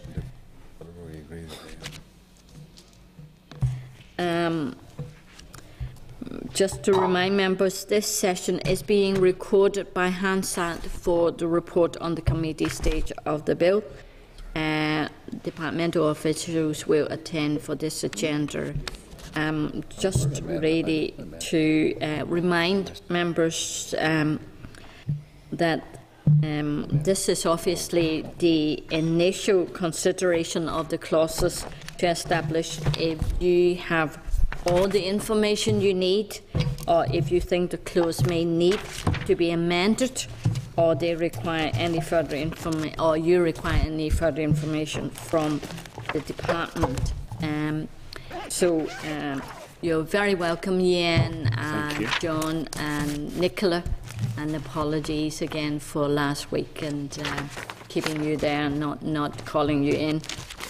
But I think you understand we had the Permanent Secretary last time and we were talking about the budget. So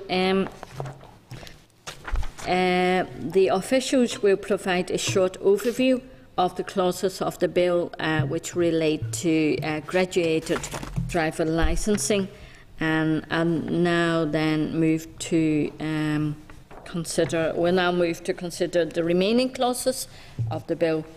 And for each clause, I will briefly refer to the issues that have been raised. So you're just going to have a quick overview for us? Yeah. Yes, if that's. Thank you, Chair, and thank you for the opportunity to make a few remarks as you begin your informal clause-by-clause scrutiny of Part 3 of the Road Traffic Amendment Bill, which covers learner and new drivers. I'm aware that a number of committee members and a number of witnesses from whom you've taken oral evidence during this committee stage have raised concerns about certain aspects of this part of the bill as introduced. Minister Durkin stated in the second stage debate that he is open to suggestions that will improve the bill, and we welcome the opportunity to engage with the committee as part of this process. We cannot, however, ignore the stark reality on our roads, and the committee was raising some road safety issues with the Minister earlier. New drivers are overrepresented in fatal and serious collisions. Over the period 2008 to 2013, our drivers, who account for fewer than 1% of licence holders, were responsible for 7% of fatalities and serious injuries. Inexperience in real-life driving situations is a key contributor to this situation. Age is another factor. The brain's functions do not fully mature until around age 24. A 17 to 24-year-old male driver is 4 times more likely to be killed and 6 times more likely to kill than the statistically average driver. The 10% of licence holders, male and female, aged 17 to 24, was responsible for 40% of the casualties on our roads between 2008 and 2012.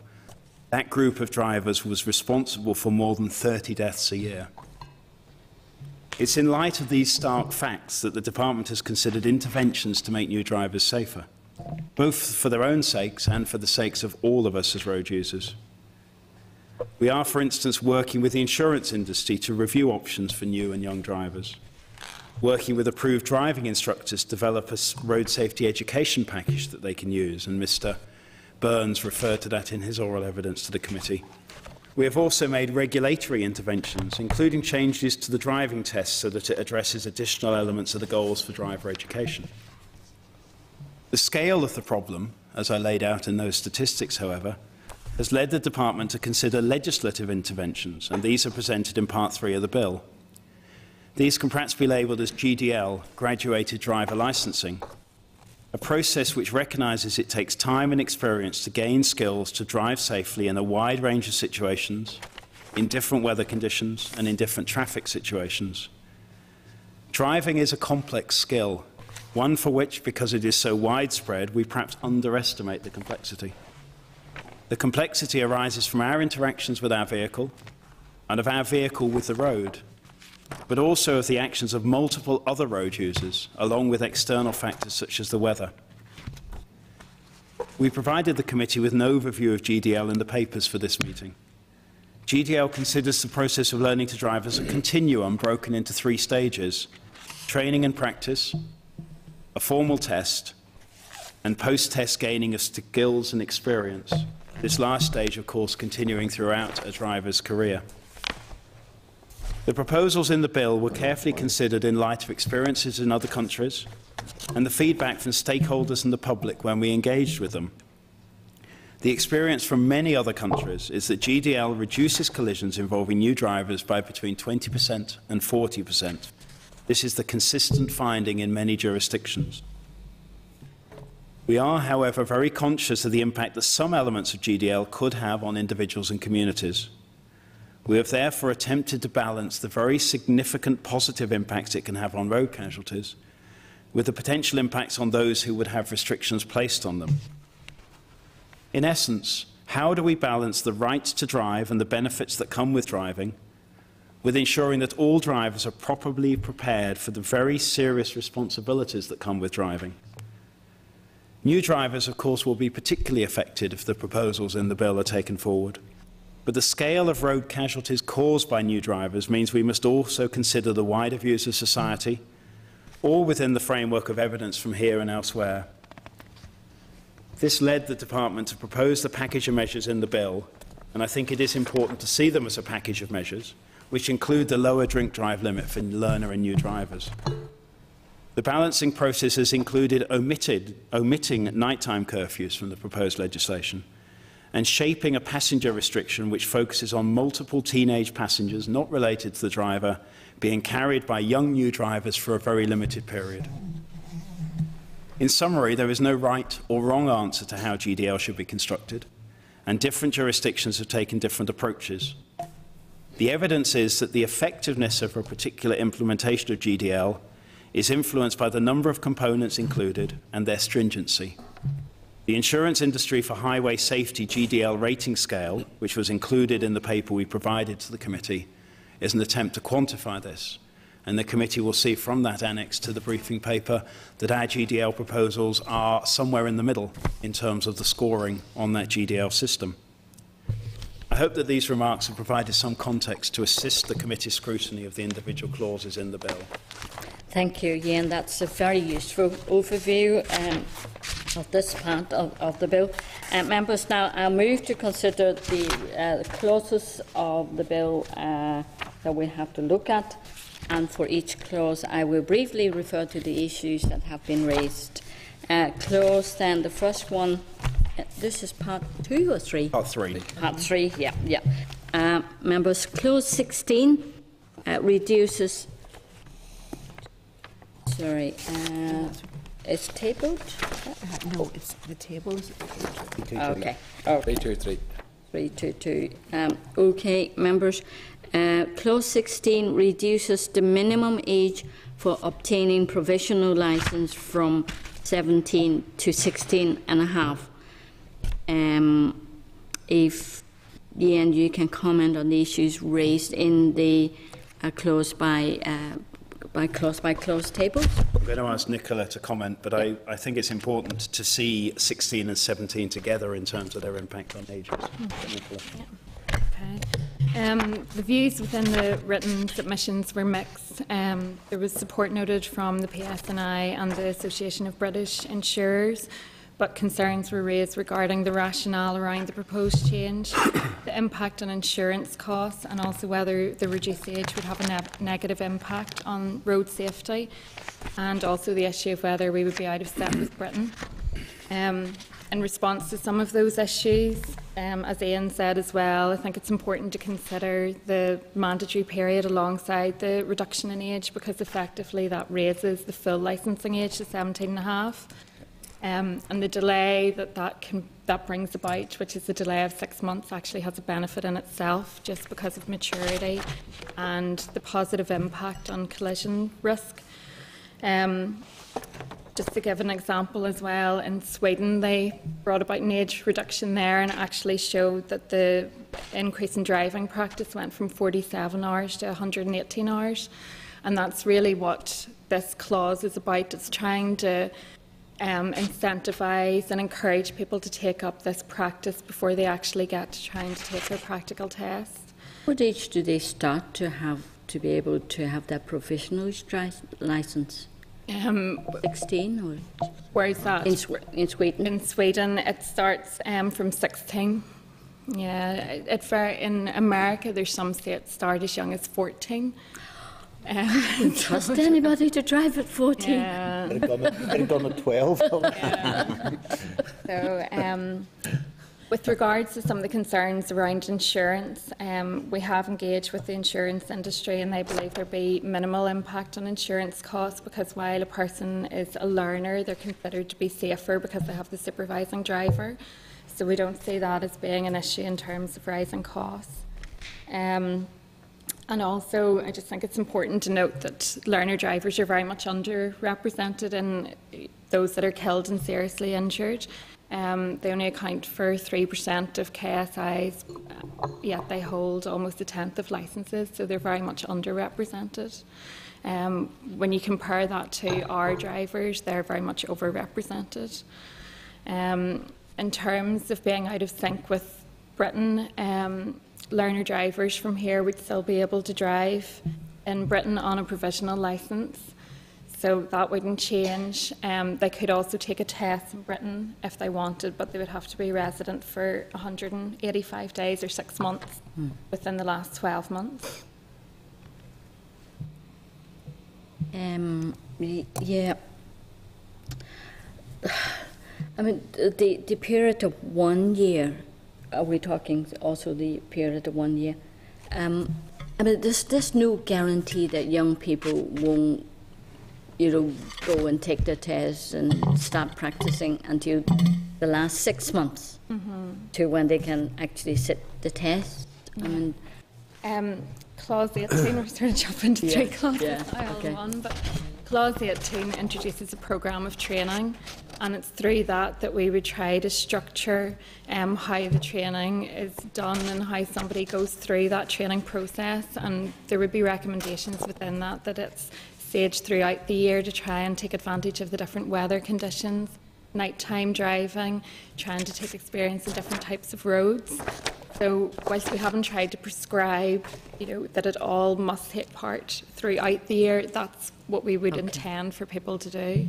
Right. So it's throughout that 12 months that they have to do something. But in that 12 months to satisfy the logbook requirement. Well, the logbook, all the actual details will be decided through the regulations of what the programme of training will look like, and we'll have to consult on that, but the intention would be that we encourage people to use that year to actually take as much practice as they can and to stage it throughout the year rather than trying to cram in towards the end of the period.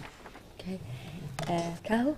Thanks, Chair. I mean, I know it's very difficult not to ask, well, it's difficult to ask the question because it comes across three clauses there, and it's the one we're trying to get at here. Obviously, the 16.5 grand with one clause, the issue for me, I just want to clarify is the novice driver. I know we're all talking about 16.5 and holding it, but there's obviously certain cases where people haven't got the licence to a certain age. Is there any scope of flexibility, or are we saying, other than some party maybe bringing an amendment to it, have we thought of that a more mature driver or more mature person going for the test? Is any flexibility in that? What we do have in the bill is power to have exemptions from the 12 months, and we can use that if we wanted to vary ages, for example. You can use it, and there'll be a set of exemption regulations coming in subsequent to the bill being made. No, that's grand, because I mean, I understand people are concerned about the age, and I know that some other countries start at 14, and the argument in some of the presentation was about ability. It should be, in some rural areas, it should be about driver ability. You know what I mean? You could argue that point. It should be that. But the exemptions, I mentioned age as an example. I mean, it's wide. It's whatever particular circumstances. Okay. So it's. I think it would be important if we're making law which says a certain thing, that we don't then in secondary legislation bring exemptions that, for instance, exempt 90% of those who would otherwise be within the scope. There has to, again, back to my word balance, we have to consider specific need, not just if you produce this piece of paper, you get an exemption. We need to... No, 100%, and that's why I'm teasing it out now. We need to be very clear what... and then obviously it's on the other two clauses, because the issue of you know, the chair's already alluded to possibly somebody doing all their driving lessons in the last couple of months. I mean, you said that in the next clause you deal with the programme of training. In terms of checks and balances, enforcement of all of that, they're only guidelines, obviously, that's instructed that they have to follow these programmes, or is it in statute, or how do we ensure that's done? You know? Well, the programme of training has to be evidenced by a logbook, and that has to be signed off by either a supervising driver or else an advanced or approved driving instructor. And we would have checks within that to make sure that information hasn't been falsified, and that would be developed. I don't know if, John, you want to say any more. The penalties around falsification of the logbook, we believe, are so strong that it should deter the majority of people from trying to falsify any information, but we would also have checks in place to try and pick any up that would. Another model would be, if you like, within GDL, would be to say you have to have X number of lessons or X hours of lessons with an approved driving instructor. That's a model, for instance, in place in Ireland and in other jurisdictions. We saw a good deal of overlap between the period and logbook and the number of lessons, and felt that the economic impact for many could be higher with the lessons, and went for the mandatory learning period and logbook. That doesn't mean, of course, that people should not consider taking lessons on certain things, but we didn't propose in the bill as introduced X hours of mandatory lessons. You'll be familiar in Ireland, 12 mandatory lessons, each on a different component of the syllabus, if you like, with a strong recommendation of 3 hours private practice for each lesson, so you get to 48 hours as a guide, but with 12 mandatory lessons being signed off and a 6-month period, a different nuance on it. Okay, and just, I think clearly we need to, I haven't gone into the exact detail of it, but certainly driving at night is an issue. There's no doubt about that. Certainly driving techniques is certainly important. I'm just wondering, in terms of, obviously it's been raised to us, the cost. You know, if we set a number of lessons, has there been any work with insurance companies to try and work with, you know, to try and encourage? I mean, some insurance companies now are using technologies, taking on young people.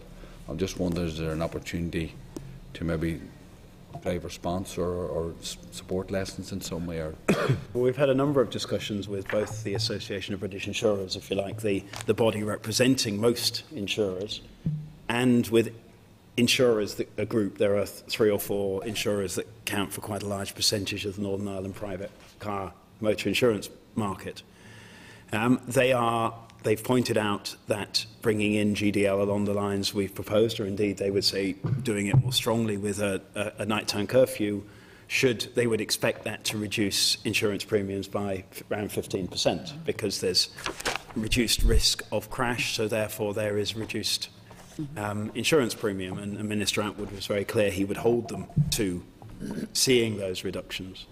But we have talked about, and I mentioned in my opening statement, other work with insurers, nudge tactics, if you like. And we've looked at telematics. We've completed a review of telematics, for instance. That review is showing, on the limited data we were able to access from insurers around data protection, around technical data issues, there's no clear evidence yet that telematics make safer drivers. It seems to make them safer for a short period, and then familiarity comes back in.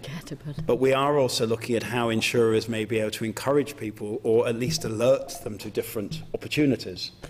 The difficulty is, if you have all the insurers in a room together, they can't have that sort of discussion with you. You need to see them individually, because there are commercial considerations, and also once they start agreeing something as a body, they start having the competition people looking over their shoulders about operating cartels and so on. So you have to have individual discussions, and we intend to move into those in the early part of next year. Okay. Yeah. Thank you. And I mean, okay, they may say they would need a number of years of statistics before they would drop the price. No, we've been very clear with them, Chair, that they have produced evidence, and we have produced evidence from many other jurisdictions, and the figures are very similar. So if we reduce the risk on day one by bringing in these new provisions, those drivers that are subject to those provisions should need to see a reduction in premiums from day one, not from 5 years after that, when the local statistics are available. The evidence is sufficiently clear-cut from many different jurisdictions that risk is reduced. Premium needs to be reduced when risk is reduced, not when they have evidence of that rather later. So we will see an immediate drop then in premium for young people? That is the Department's firm statement to the insurance industry. Yes. For the people on the new scheme, of course, the day we introduce, there will be people on the old scheme who will need time to finish off. Okay. So they would not see it, it would be the people on the new scheme. Well, that would be benefit too. I'm sure a lot of young people and their parents, mostly parents who pay for it. Can I just, when you're talking about the Republic of Ireland, what is the starting age for learner drivers to be allowed on the road? The provisional age is 17, and then they have a 6-month mandatory period where they have to hold their learner permit for 6 months before they're allowed to then take their test. So that effectively raises them to 17 and a half. So is there going to be a discrepancy between the two jurisdictions? Say a learner driver with a mum and dad living in the border area and driving into the Republic. There already is a difference. I wouldn't call it discrepancy, perhaps, Chair. Driver licensing is a devolved matter. And obviously Ireland has its own jurisdiction. It can determine within the provisions... Would that be illegal if they drive across the border, driving a car with just a provisional licence at the age of 16 and a half? That's still Sorry? there. Even if they may not even know. They may not even know in the border. No, you wouldn't. It'll get more and more like that as well. There would be clear communication. Cars normally just stop or something happens. There would be clear communication around these elements, and Nicola mentioned about there are many Northern Irish resident students in Britain, and we'd need to communicate clearly to them the regime that applied to them. Nicola mentioned the residency requirement to take a test in Britain. Similarly, that residency requirement applies here in reverse, and ditto in all jurisdictions. What is interesting is that I think it's only 5 countries in the EU allow people to get a full driving licence before 18. So in a sense that we are discrepant from the norm in the EU already. Yeah, I know that. Yeah. I think in Australia and others, it's 18. At the moment as well, northern people with a Northern Ireland provisional licence actually aren't allowed to drive in the south with a provisional licence. They actually have to apply for an Irish learner permit. And vice versa. What's the statute of limitations on that? A learner permit is distinct to the jurisdiction in which it's granted. And notwithstanding the philosophical points about how many jurisdictions there are on this island, we need to apply the laws as applied. Let's not go there. So, sorry, you're saying they can apply for what, another license? Sorry, I'm lost in that. So if I'm still saying a 16-and-a-half-year-old driving on a professional license, driving across the border unknowingly perhaps, and then being stopped by the police. They wouldn't legally be allowed to drive with a L plate that they've a professional licence that they've received here. Nor are they at the moment. That wouldn't change. That's the situation at the moment. Okay. It wouldn't change. Okay, so they have to be very careful. They don't straight across the border. Used to me and probably most of Derry. Okay. Just a couple of questions.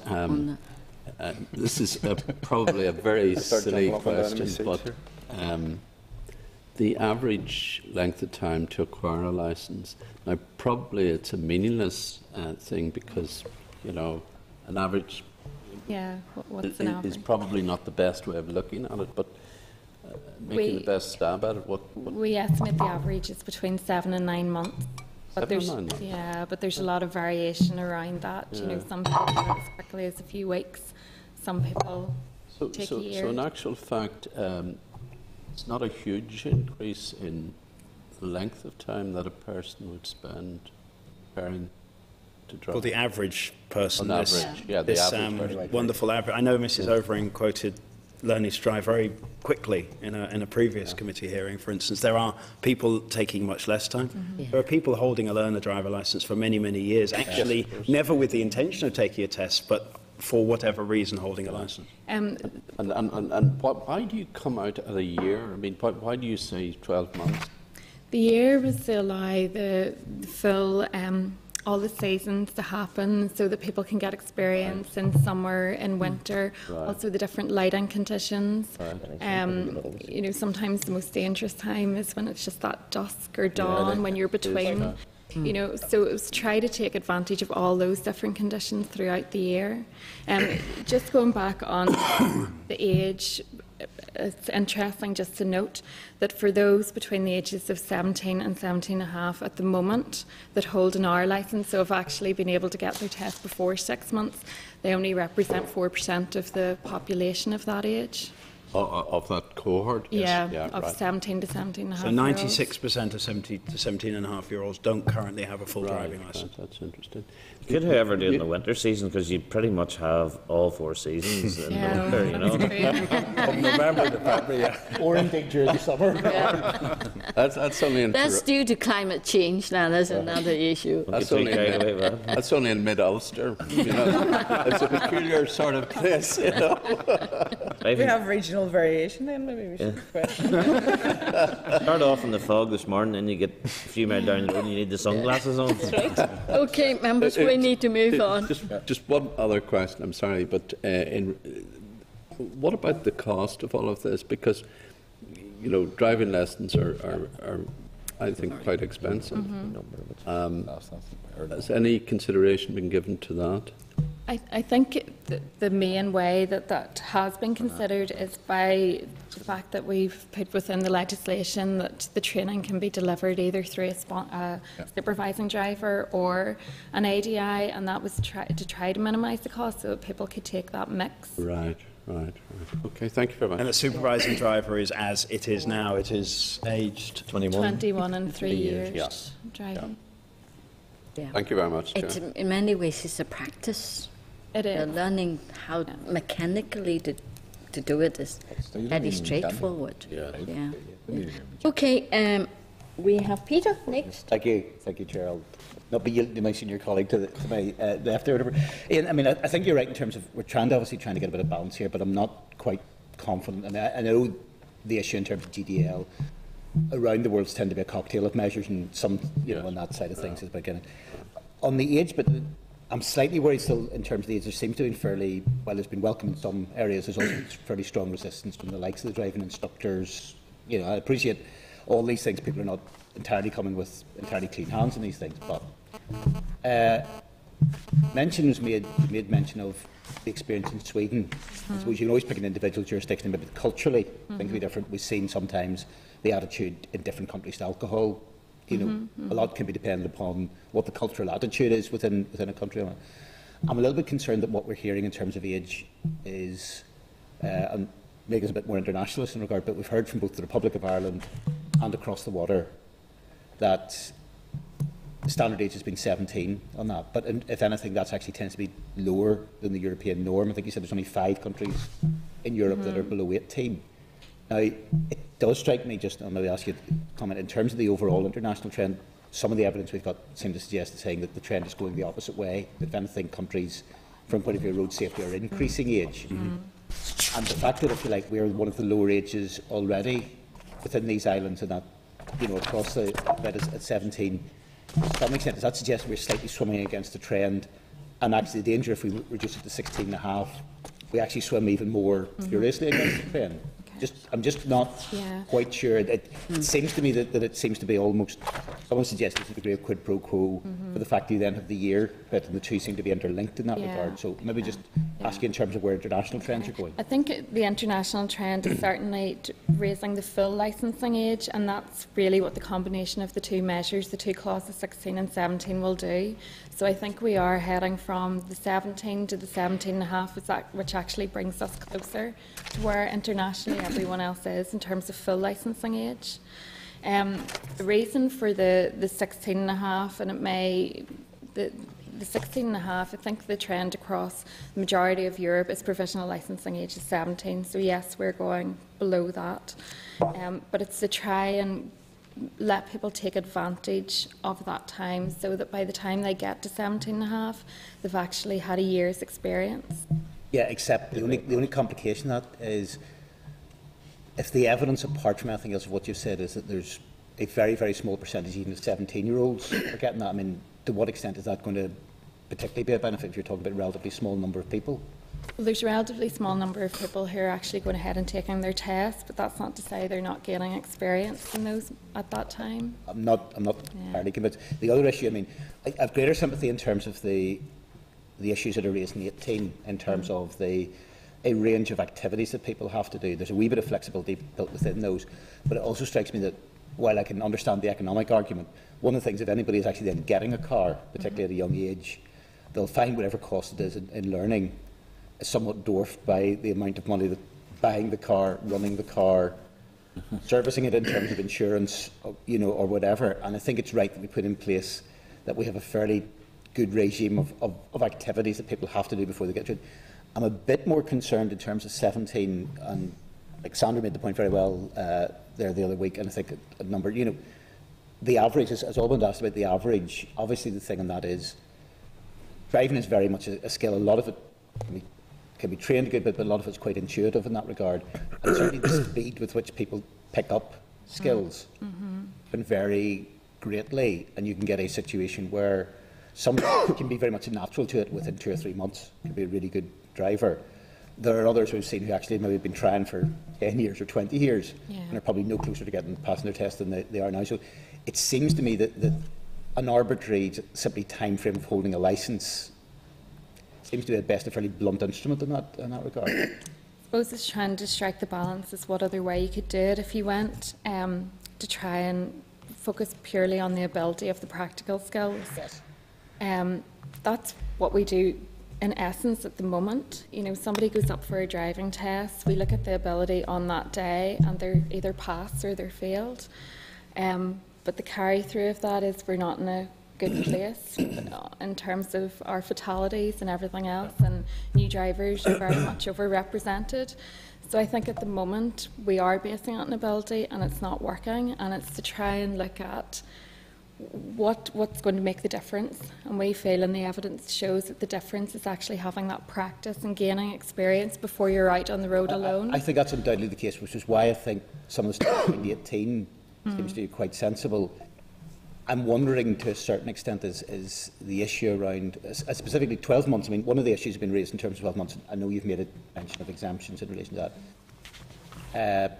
Leaving aside the different abilities of people, and consequently to what extent that's simply a fairly arbitrary bit which isn't going to make a great deal of difference one way or the other.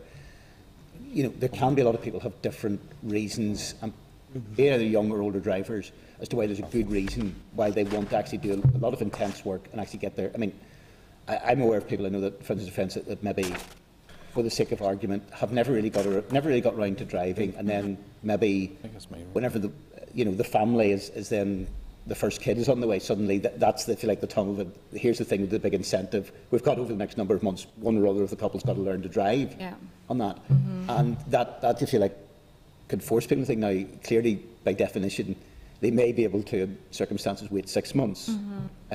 Waiting 12 months might be a little bit. You know, either they're going to appear in the Guinness Book of Records and and so, you know, and there can be a situation. I mean, mention's been made of the other situation again. Maybe more that, for example, if you get a situation where you get, particularly a situation with maybe a couple who are older, and one of the two partners actually does the driving. That partner dies. The person is then left almost sort of to say to that person, well, actually, because of that, you've got to then wait 12 months as a minimum before you can get your licence. you know, it does strike me that's quite an artificial thing, whereas I see a lot more of the common sense in saying, here's a list of things that essentially have got to be done in a range of conditions, and I think part of the problem is at the moment we haven't had enough of those variations of conditions to, you know, to actually have the thing. I mean, mention you made earlier about exemptions, because I could see immediately one of the complications. If you have any exemptions that are based in any way around age, I suspect that won't stand any legal scrutiny in that regard. Where would you see the limited exemptions if there were going to be that coming in, potentially to 17? Well, some of the areas, we'd look at other jurisdictions, of course, but one of the areas, for instance, is serving military personnel who are home for a certain period between tours of duty and then away for an extended period. So that is one area that generally is picked up in exemption. I was trying to think of a better one to use. That's what I could come up with in my head. You may be getting in some parts and losing others, but that's a particular one. But we are very aware of the time scale of a pregnancy. We're very aware of the older driver, not just where a partner dies but becomes incapacitated and unable to drive, for instance. And we're attempting to find a way to balance that without exempting 90% of people, as I mentioned earlier, from what should be, whatever we decide, the Assembly decide in legislation should be the norm in law, and then vary from that for a minority. That's what we're struggling with. We're struggling with 6 months, 12 months. Well, younger drivers only, all drivers, lessons or... Is there an argument, and I appreciate that any time frame has a certain level of arbitrary quality to it, but is there an argument that if you're looking to balance this out, that if the current age was kept the same, but you'd have, you know, in terms of that 17 was the initial point, but you maybe had a 6-month period, that you might come closer to achieving the same balance, but with maybe a slightly more sensible approach to it? The strongest argument against that is you could start, notwithstanding the particular meteorology of mid-Ulster, you could start in mid-March and you could take your test in mid-September. But that's one point. I think I mentioned the other things we're doing in regulatory ways. We have already, for instance, revised the driving test. There's a longer period of independent driving. You may be aware Britain's out to consultation at the moment about an even longer period of independent driving. The manoeuvres now aren't reverse around this corner. They'll find me a corner in the next 5 minutes that it's safe to reverse around and show me that skill. So it is not just about doing what you're told, it's about understanding traffic conditions and doing it in an appropriate way, not onto a main road when there's an HGV or a bus park there or whatever it may be. So this goals for driver education, we're trying to move the test up, greater testing of that, not just the base levels of you can move the pedals, the mechanics, but you're understanding and reading the road, if you like. So there's a number of strands coming together here, because one thing we do know is that the people passing their test first time and sailing through it are certainly not the safest drivers the other side of it. I don't know if that gives anybody around the room comfort or discomfort, but it's making the test harder in the current form wouldn't deal with the casualties the other side, but adapting that test to showing the skills you need to have developed, putting that together with the logbook and so on is what we're about. This GDL is one element of that, but not the only element. Just one question, Okay. Peter has said. Yeah. Peter has said you couldn't introduce age. Is that legally? That's not correct. There would need to be proportionality around it. Indeed, on the passenger restriction, it is age-related, and that would need to. We need to be able to show the evidence of age as a factor. But in relation to say you took 25 as a point where you could apply for your licence and you could do it at any time after the age 25. Seems to me to be all right. Could you introduce something like that? Is that when we were drafting the bill, we did, before even putting it to our drafters, we did seek legal advice, because the age is mentioned quite a bit throughout the GDL. When it comes to passenger restrictions as well. We were concerned that there might be age discrimination issues there, but the advice was that there's no age discrimination issues, because it's more in it arises more in employment law than entry into a driving licence. So we were content that we could mix and match with the age, So. So is it possible then to say it's only new drivers, professional drivers under 25 that they have to go through 1 year? Is this your point? Yeah. Yes. Yeah. We don't believe that I'm would not be. We suggesting don't believe 25, that by would the way. be It's just- impossible. Sorry, you're I'm saying just it's using impossible. 25 as an illustration.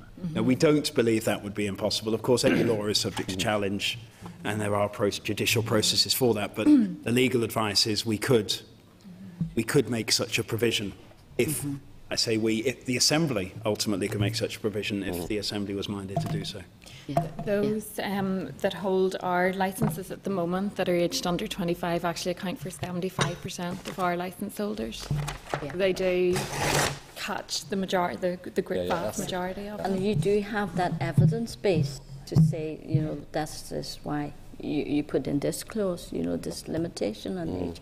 Column's been so patient. Not that patient, Chairman. Yeah. I think we're looking at this kind of back and front. I completely agree that we need the logbook, we need to do all the different types of driving conditions. That, you know, driving on motorways and all that, it's a bit difficult for people in Derry to find a motorway, but that's what I've made before. But so I think, you know, and it shouldn't be about number of lessons because there's cost and all, but it should be about you know, hitting all these different criteria and all the different things you have to do. So I think if once you agree that, I don't see the point in any time limit at all. So you're trying to backdate it by putting in all these different exemptions that'll end up exempting a whole lot of different people, when in fact all you're really trying to get at is people going through all the different points of the logbook. So what is I actually don't understand the point of a year, 6 months, 3 months, or any amount, any number of months. What I would say is if you ask someone to follow a programme of training and say you need to do some night driving or you need to do whatever, you would find that some people would take the approach, right, I've driven once at night, I'll move on. You know, so it's trying to structure it in a certain way, you know, 6 months a year or however long, is to try and encourage. You maybe have specific lessons or whatever on that area, but then you actually supplement that with practice, and that's where the benefit's gained. And I think if you don't have some kind of a period around that, people would tend not to do it. I think in practice what's going to happen is people will if the logbook is so weak that you can do one and then move on, you know, I think the people will end cramming at the end. I think that's what's going to happen in practice. So you know, I think you make the logbook stronger, and you make sure that people do a certain number of whatever the different criteria are. Otherwise, you know, you're going to end up exempting people who are 25 and somebody who's over 65 or somebody who's pregnant or somebody whose partner has died, and it just ends up being, you know, it's a bit of legislation. It's all back to front, where you could just strengthen the logbook, make sure people do all the things that you want them to do, which is the real purpose of the legislation, and forget about the time limit, because I just think it's. So would you be considering something like, for if we come up with each sort of area that need to be covered, a certain number of hours on each, so you head towards an hours, you know, whatever, rather than a period? I think it makes more sense. I think you're going to end up having to exempt so many different people, and you've just, well, whatever number you pick, you'll have just bucked it out of the air around the length of time that people have to have their licence. There's certainly other jurisdictions take that approach. I suppose the one thing they've found is when you say a number of hours, people sort of work to that's their target. You know, if it's you should have 12 hours in this, they say, well, once I've reached my 12 hours, I'm not doing any more. Whereas really we're trying to express it as the minimum. People take it as their target, so it's trying to get the balance. I understand that. And I think they'll do that anyway, and I think that there's work that you can do with driving instructors to make sure that people are ready for their test. I think most driving instructors won't put anybody through a test unless they're ready for it anyway. So, you know, I really don't quite get the point of some sort of arbitrary length of time, you know, but... I think just on the point about ADIs and the test, and the bulk of learner drivers use an ADI. I think the figure we've been using... 99%. Very large majority. Those ADIs will put people through, will form a view, either by doing a quote mock test or by forming a view as they go along, when is somebody ready for the test. Of course, ultimately, the learner driver or their parents or the client, if they insist, right, I've booked this test, the ADI can't override them. But that process works, and I know that when UFU and the Young Farmers were here, they were suggesting such a process. That already exists with 99% of learner drivers, and the pass rate for the test is not much more than 50%. Yeah. So there is an optimism bias in there somewhere, and we do need to continue to work away at that.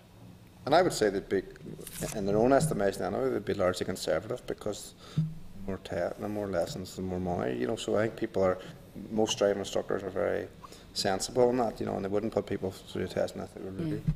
But I just think that the length of the period is pointless. You know, I think you end up then trying to find all these exemptions when you could just strengthen the logbook element of it, and that deals with all the issues that you're trying to. But you still get to. Through the chair, and I agree with what you're saying. But I mean, you still have to get the conditions, the driving conditions, to do it right. There's no point in trying to learn. And then that'll end up bringing you to, you know, a longer period of time anyway.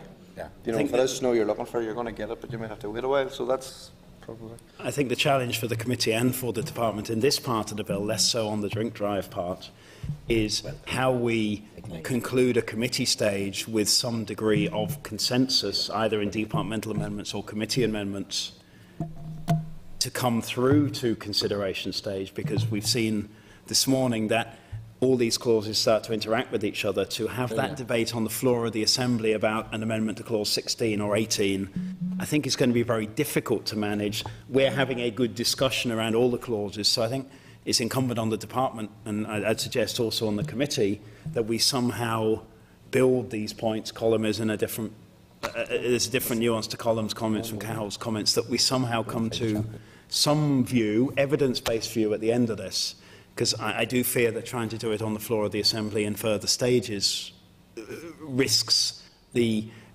coherence we've been trying to build this morning. I don't think you need to join the military to get an exemption. Pam? We'll not put that one down as an exemption. Sorry, Pam. Which military? Thank you. Thank you, Chair.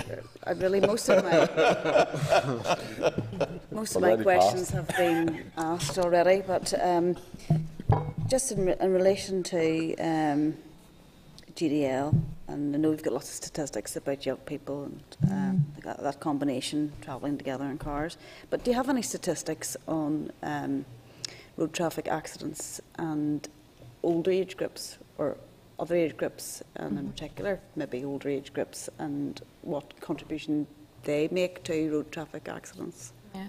One of the ones I looked at just actually before I came up here was in the 65 plus age category, and there I found that the same proportion of licence holders, it corresponds exactly to the number of KSI. So I can't remember the figure now, but it was something like they hold 20% of licences and account for 20% of collisions. So it was proportionate. There's none of the age groups where you find the overrepresentation the same as you do within the 17 to 24 age group. I think there is a point about older drivers, and we did some research on older road users 2-3 years ago. The recommendations from the people who did the research were mainly around nudge techniques.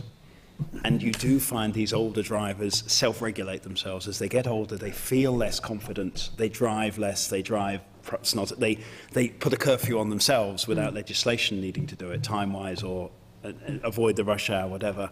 We are kicking off a fitness to drive review that will look at all drivers, but will particularly be looking at the older age category, because we're very conscious, perhaps even more so than with younger drivers, the social exclusion, social inclusion piece for elderly people, perhaps more so than younger people who are often living at home with their families. The inclusion perhaps is, or the exclusion is less stark around driving than perhaps for somebody living in the countryside, build a house as a non-farming rural dweller, and there, to connect back to earlier, and is then left widowed or unable to drive.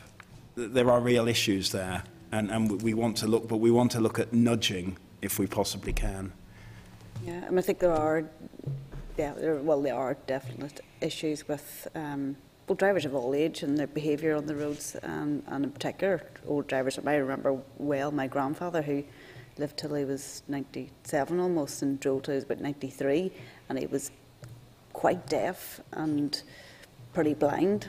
But I remember him actually painting posts on his fence of his driveway to enable him to reverse into his driveway without knocking down the fence. Right. And I would have concerns too about the fact that is it 70 where you've got to go to your GP, and I would be concerned that there's.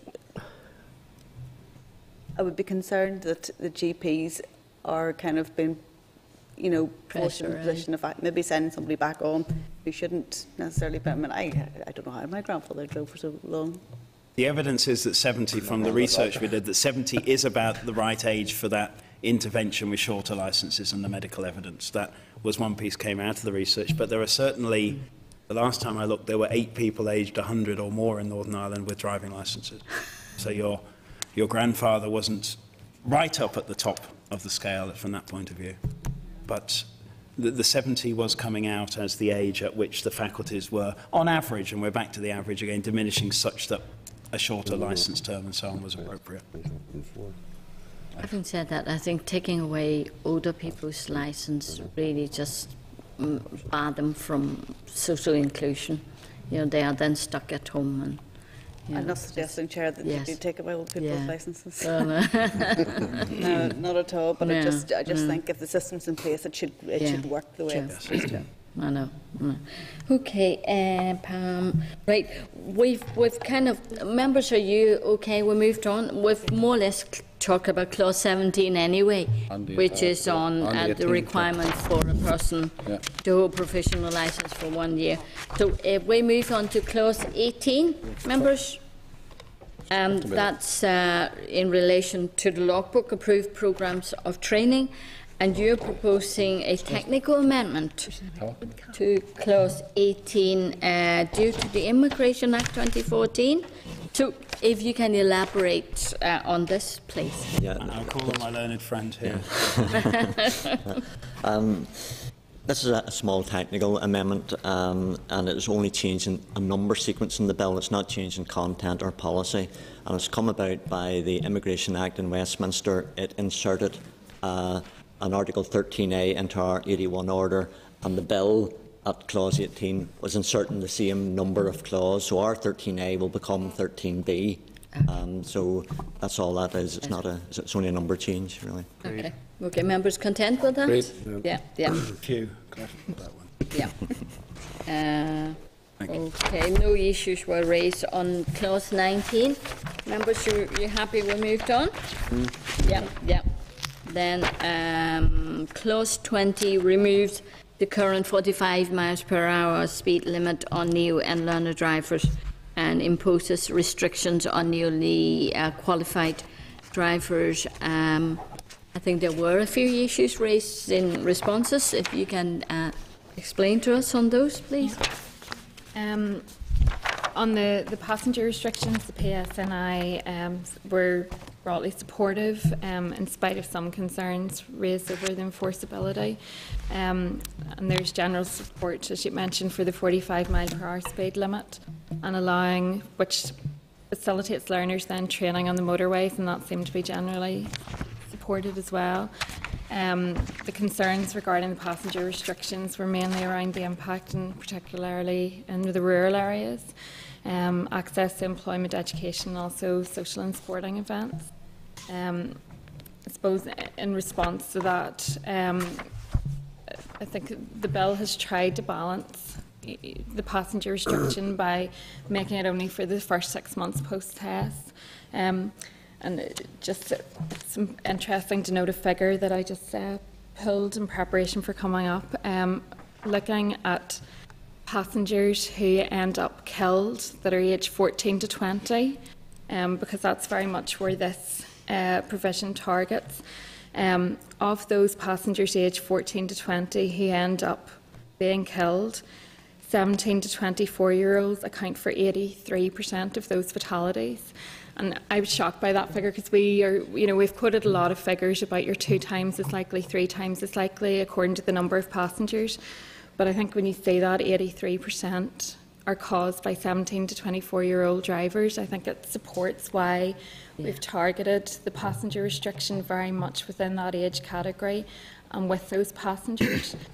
If you look at passengers outside of that age group that end up being a fatality within a collision, 17 to 24-year-olds are only responsible for 36%. So it is very much about these younger drivers carrying young passengers where that risk increases. And it's only for 6 months, really, It's only isn't for it? 6 months, yeah. It may be worth just rehearsing the detail of this clause. It's sometimes difficult to see it in in an amendment bill, but the clause proposes that, and I'm looking to Nicola and John to keep me right, that if you are a new driver aged 17 to 24, you cannot carry, there are passenger restrictions for the first 6 months. Those passenger restrictions do not apply if there's a supervising driver in the car, because that would make you worse off than when you were a learner. So that 21-year-old with 3 years driving experience in the front seats, you can carry whatever the passenger complement is. If there is no supervising driver there, you are not, the restriction is on 14 to 20-year-olds you can carry. You can carry as many as you like out with those age bands because of the teenage thing, the figures Nicola was quoting. Within that age band, aside from people outside that age band, you can carry one person without any restriction. You can carry family members, and that's defined in the bill around brother, sister, half-brother, half-sister, child of the family, without restriction. Beyond that, you cannot carry above the one person. So that is a number of stages and sub-clauses in this clause, if you like. So we looked at no passenger outside those categories, but we have put in the bill as presented said you can have one as well as all those other exemptions. Yeah, but the fact that there's so many different variations, I'm sure makes it very difficult for the police to enforce that or to monitor it. I mean, the PSNI certainly had come out to say that they would find it difficult The to PSNI has ascertain, certainly, for example, IDs of who they're carrying, what actual age these are, the young people are, the passengers are, and you know, whether they're relatives or not. the police certainly have highlighted that. I noted we've worked closely with the police on this, and Minister has met with senior police officers about this clause, and their comments have been in line with what the PSNI people said to you in the committee stage. That's right. They are supportive. They recognise there are some enforcement challenges. I think it's also important that we don't see the police as the only line of enforcement of such a provision were it to be introduced. The first line is the young people themselves. Most people don't set out to break the law. The second is their parents or adults who often will have an interest in the vehicle, financial interest in the vehicle, financial interest in the safety of their children. Sorry, no more than not a financial interest as well, but sorry, an interest in the safety of their children and a financial interest on the insurance policy on that vehicle that could well be invalidated if the law was not being obeyed. So there's a number of stages before you get purely to the thin blue line, if you like. People are self-regulated. Okay. Cal? No, Chair, I once I come across this clause, I was concerned, obviously, because I'll say again, rural people are totally reliant because of the lack of transport. But I think you've just highlighted there, I wanted to talk to you, but certainly the insurance element's a big element for it. You know what I mean? But more importantly, say to get all the messages you've delivered to us to get that out. That's a big undertaking to get. It is, yeah. I mean, to be honest with you. Because you know, we know, and certainly the young people who work in the hospitality industry. But I mean, we've definitely a big bit of training to do to get all those messages out. Yes. Thanks, Okay. Surely that'll happen though. If you go for your test now, or if you go to start learning in this new system, you know, the instructor will go through that. Young people who've just passed their test will know these restrictions probably better than most people because they'll have gone through the process, you know. And also that point of passing your test gets a new licence sent to you by DVA, so there is an automatic interaction and opportunity for further information to flow in a targeted way when the provisional licence is handed in and the full licence issued as well. It's complex, I agree, and it's complex because we've tried to find this balance, and there are lots of but there's a number of areas that you can deal with. I mean, through the test and or through the lessons and through just as importantly through the insurance. Yes. But I think, as I mentioned before, I think that communication is so important to tell people, you know, what criteria they need to adhere to. But in a way, it perhaps helps a young person who can refuse requests for getting lifts, and they can say, this is illegal, I can only take one person rather than pack the car with 4 other young people. I know what my sons used to do. whatever, 17, just passing, taking friends after school to go to places. Obviously, Yes, yeah. Okay, then members, no more questions on this one? We moved on. The next one is clause 21, which allows new drivers the opportunity to complete an approved course as alternative to having their licence revoked. No comments, comments received or support this clause. Members, you need more information on this? No. You're content? Okay. Then we moved on to the next. Clause 22 extends the requirement as regards protective headgear to quadricycles. There were some comments. If you can explain those, please. Yep. Clause 22, we've now moved on to Part 4, Madam Chair, of the bill. Okay. Okay. It's a short part, it's one clause, Clause 22, which will require quad users on public roads to wear helmets. It actually gives the department power to make regulations for that. So the action on this will actually be in regulations subsequent to the bill. The rationale behind it was the increase in the use of quads in recent years, and with that the increase in fatalities and serious injuries. Between 2006 and 2013 there were 4 fatalities and 39 serious injuries. Yeah. The police were able to look at 3 of those fatalities. None was wearing a helmet, and the post-mortems all showed that cause of death was due to head injury. Not to say that a helmet would have saved someone's life, but the point is it might have, and that's what we're trying to get at here. I think all respondents actually were supportive on this clause. The one issue that was raised is why we were not taking the power for tricycles, 3-wheeled motorbikes. And the reason for that is we already have that power. We haven't exercised it. We haven't exercised because there's no evidence coming through in the same way as quads that there's a problem area. And anecdotally, it might be that the tricycle riders align closely to the motorcycle riders and adopt the same gear and helmets, etc. But it is an important point, because if we're going to regulate for quads, we've got the 4-wheeled vehicles requiring to wear users wearing helmets. You've got the 2-wheeled one, so the 3-wheeled vehicle shouldn't be exempt unless it's intrinsically safer than the other 2. So I think it's a useful point that we will look at when we're bringing forward the regulations on the quads. So the regulations that could come forward could cover quads and tricycles. But that was basically unifying the approach together. Consistent approach. Yeah. I'm sure that it's not as safe as a 4-wheel quad. With a 3-wheel. Yeah, absolutely. And just does not make sense, maybe. Not logical. Yeah, but it's something really outside the bill, and we always had that power, So, but it's a useful point requiring us to look at it again and maybe have a consistent approach to it, Okay. No questions on this, members? We moved on. Clause 22A introduces further amendment of the Order of 1995. The Department proposes to insert a new clause to comply with the examiner's recommendation that certain regulation-making powers should be subject to draft affirmative resolution. The proposed clause would then read as follows, and I'll read that out.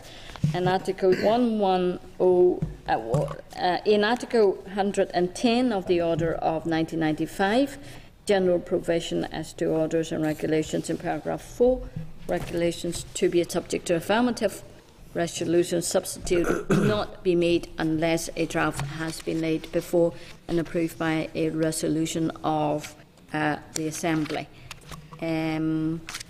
Do you want to elaborate on this? This is it's really a drafting convention, and it was raised by the examiner. And it's really that his view is that we should be bringing forward the regulations by way of draft affirmative to the Assembly rather than affirmative, which means the regulations are made and then laid. So it's really, we're quite content to proceed with that. I mentioned it in the last session as well, because there was a similar amendment at Clause 3. What's not mentioned on the template here, there's a knock-on amendment in Clause 23 as well. So there's 3 actual knock-on amendments to comply with the examiner's view in that. But it's a drafting convention. It's not really. And that would be put before the whole House, is that right? Yes, it is. Yeah. Yeah. Okay. Members, any queries on this? You need more information? Happy with it? Okay, move on. Clause 23, supplementary, incidental and consequential provisions. No issue were raised on this clause, members. You content with this? Okay. Then move on to clause 24, transitional and saving provisions. No issues were raised again on this clause. Members content with this? Great. Okay. Clause 25, repeals. No issues were raised on this. Members content? Great. Then 26, commencement, and no issues were raised on this. When's the commencement? Commencement date? Well, there will be a range of commencement days. We would envisage, I think we mentioned in the last session, if royal assent were received in the spring or early summer, we would envisage the drink drive provisions potentially being applied and commenced in the latter part of 2015. Right. On the GDL elements, there is the considerable work that's been alluded to this morning on the syllabus, the logbook, quite significant secondary statutory rules to be made. And then if we did proceed with a 12-month minimum learning period, or whatever that minimum might be, we need to commence the learner provisions at a certain point, and then we need the testing and post-test provisions, so they have a time lag in them. So we are currently talking about 2017 for the learner provisions. If we have a 12-month minimum learning period, that would be 2018 for the testing and post-test provisions. But if there were any exemptions to the 12 months, we would need the testing provisions in at the same time as the learner provisions. I suppose the main point is there's considerable extra work to do on the statutory rules there, whereas the drink driving statutory rules are very limited to some type approvals of testing equipment and so on. Yeah. Okay. Members content with that, with the commencement clause? Okay. The last one is a short title. No issues with that, members. Okay. Right, we have now gone through the informal, clause by clause. So the committee now needs to highlight any areas of the bill where members are not content in this meeting, so that we can work on these with the department, if necessary, to draft amendments. And we've talked about the 1 year. A column's quite clear about thinking the 1 year ban is arbitrary. I think Peter also mentioned that. Members, I mean, do you want the department to consider 1 year? I think Peter's point, and I do share, is that I think 16.5 probably too young. It is, in my opinion, anyway. Me too. I think yes. 17. I think a period so too. of, yes. I know 6 months, but it could take. If you have to get the weather, I think it take Colm's point in respect of no instructor is going to put you through if you haven't.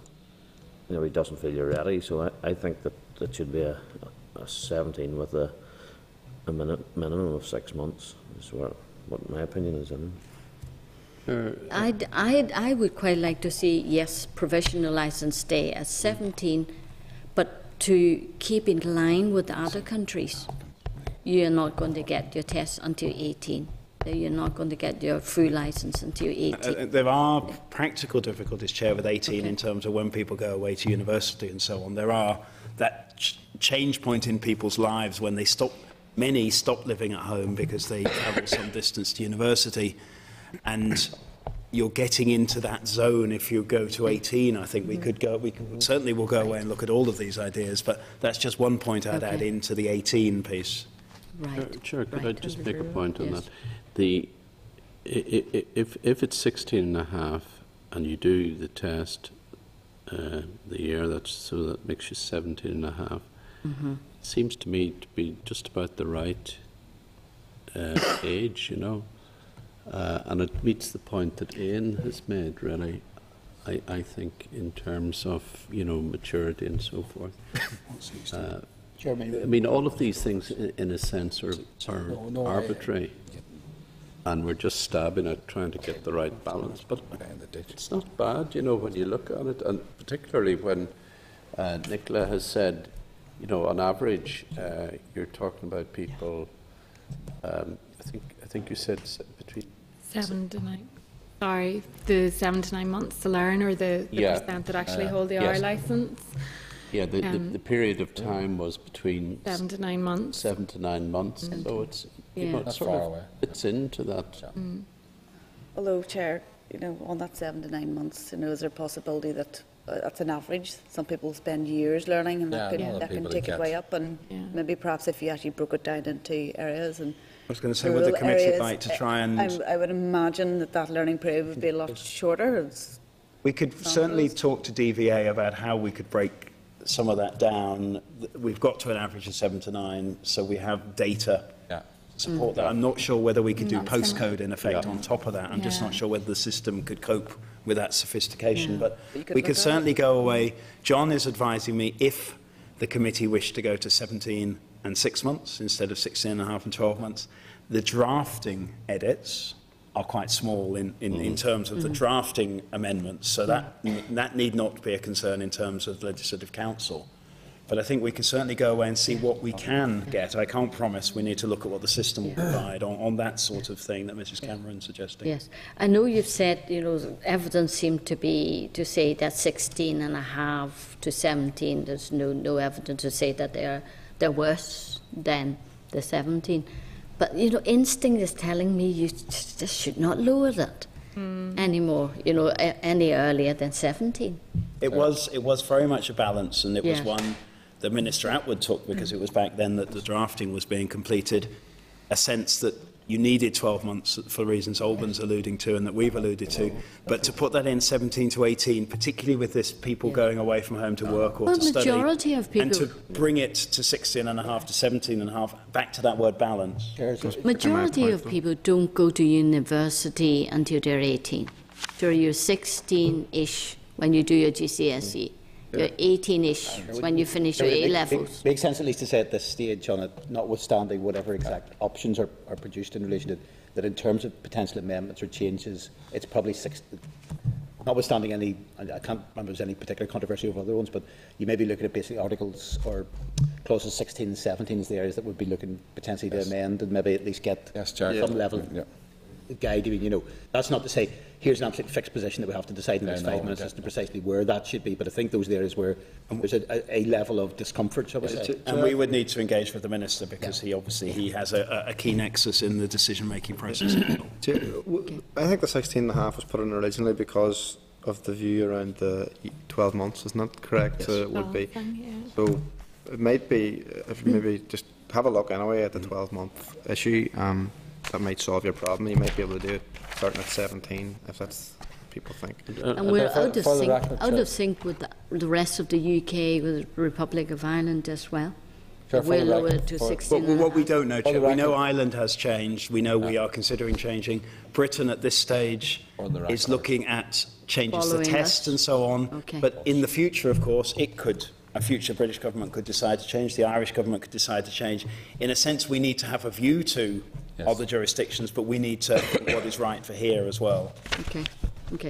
Mr. Chair, for the record, 16 and a half, I would agree with 16 and a half. You would agree with 16 and a half? You would like, you... Yeah, we're content with 16 and a half. Pam? When are we expecting the results of the consultation from the young people?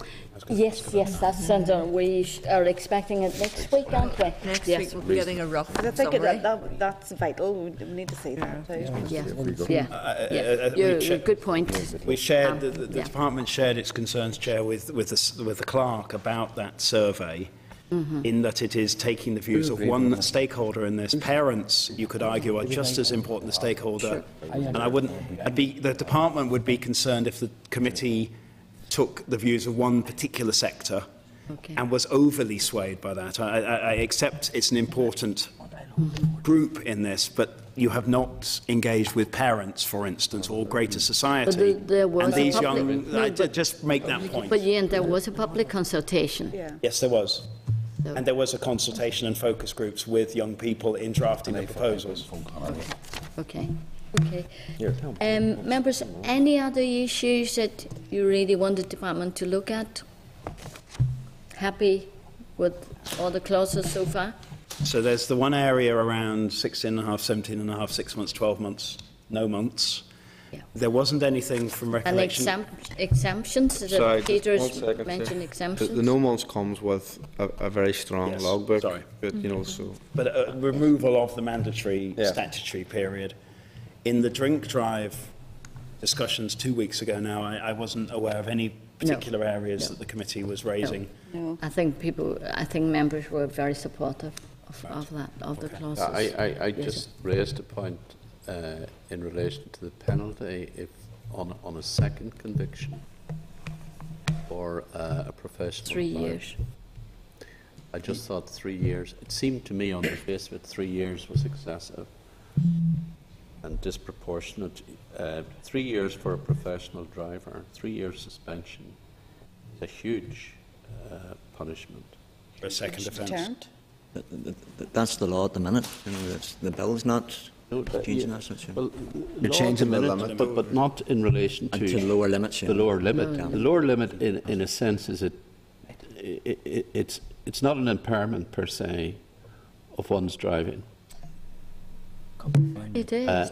Well, I would I would contest that. What I say is that it certainly runs contrary to the concept that we want to get abroad, which is that you shouldn't drink and drive, particularly if you're a professional driver. But I can see instances where, in fact, a professional driver, for example, a lorry driver, he's at some form of entertainment the night before, he's off the next day, his boss, small haulage firm, rings him up and says, somebody hasn't turned up for work, I need you. He has to go, and he is over the limit, on the lower limit. I think that is disproportionate to the offence. I would take it. That's my feeling anyway. I think we have to be proportionate, and we have to send out a very strong message. But I think 3 years, to my mind, is a very excessive period of time. I wouldn't agree with Alban on this one. I suppose in part where I'd also see maybe a slightly different bit. I think if you're talking about professional drivers, it's a little bit like a situation where you have another types of offences where it would be regarded almost a breach of trust type issue, and I think there would be an extra onus on some of that. But I mean, obviously it's something if we come to the clause by clause that could be considered. Like. Yeah. Well, anyway, I've raised my point. Certainly there should be a suspension. But not 3 years. Too much. We'll note and look at feedback to the Minister the Okay. views of members on that Okay. particular point. Okay. Well, thank you very much, everyone. So we conclude that. And you're coming back. When are you coming back with the formal clause by clause? It'll probably January, be sometime. Yeah, maybe the second meeting, January. Yeah. We'd be happy to work with the clerk to confirm that, and whether that would be in 1 bite or 2 bites, as we've done the informal and so on. Yeah. Our preference is we do believe this bill will save lives. We want to get on and get a version of it to become an act. So we would, sooner rather than later, would suit the department. Well, we're trying to arrange as soon as possible to see you again. Thank you very much. Thank you. Thank you. Thank you. Members, we have again keeping officials for a while. Do you want to go through the next item, which is briefing on the standing orders for local councils?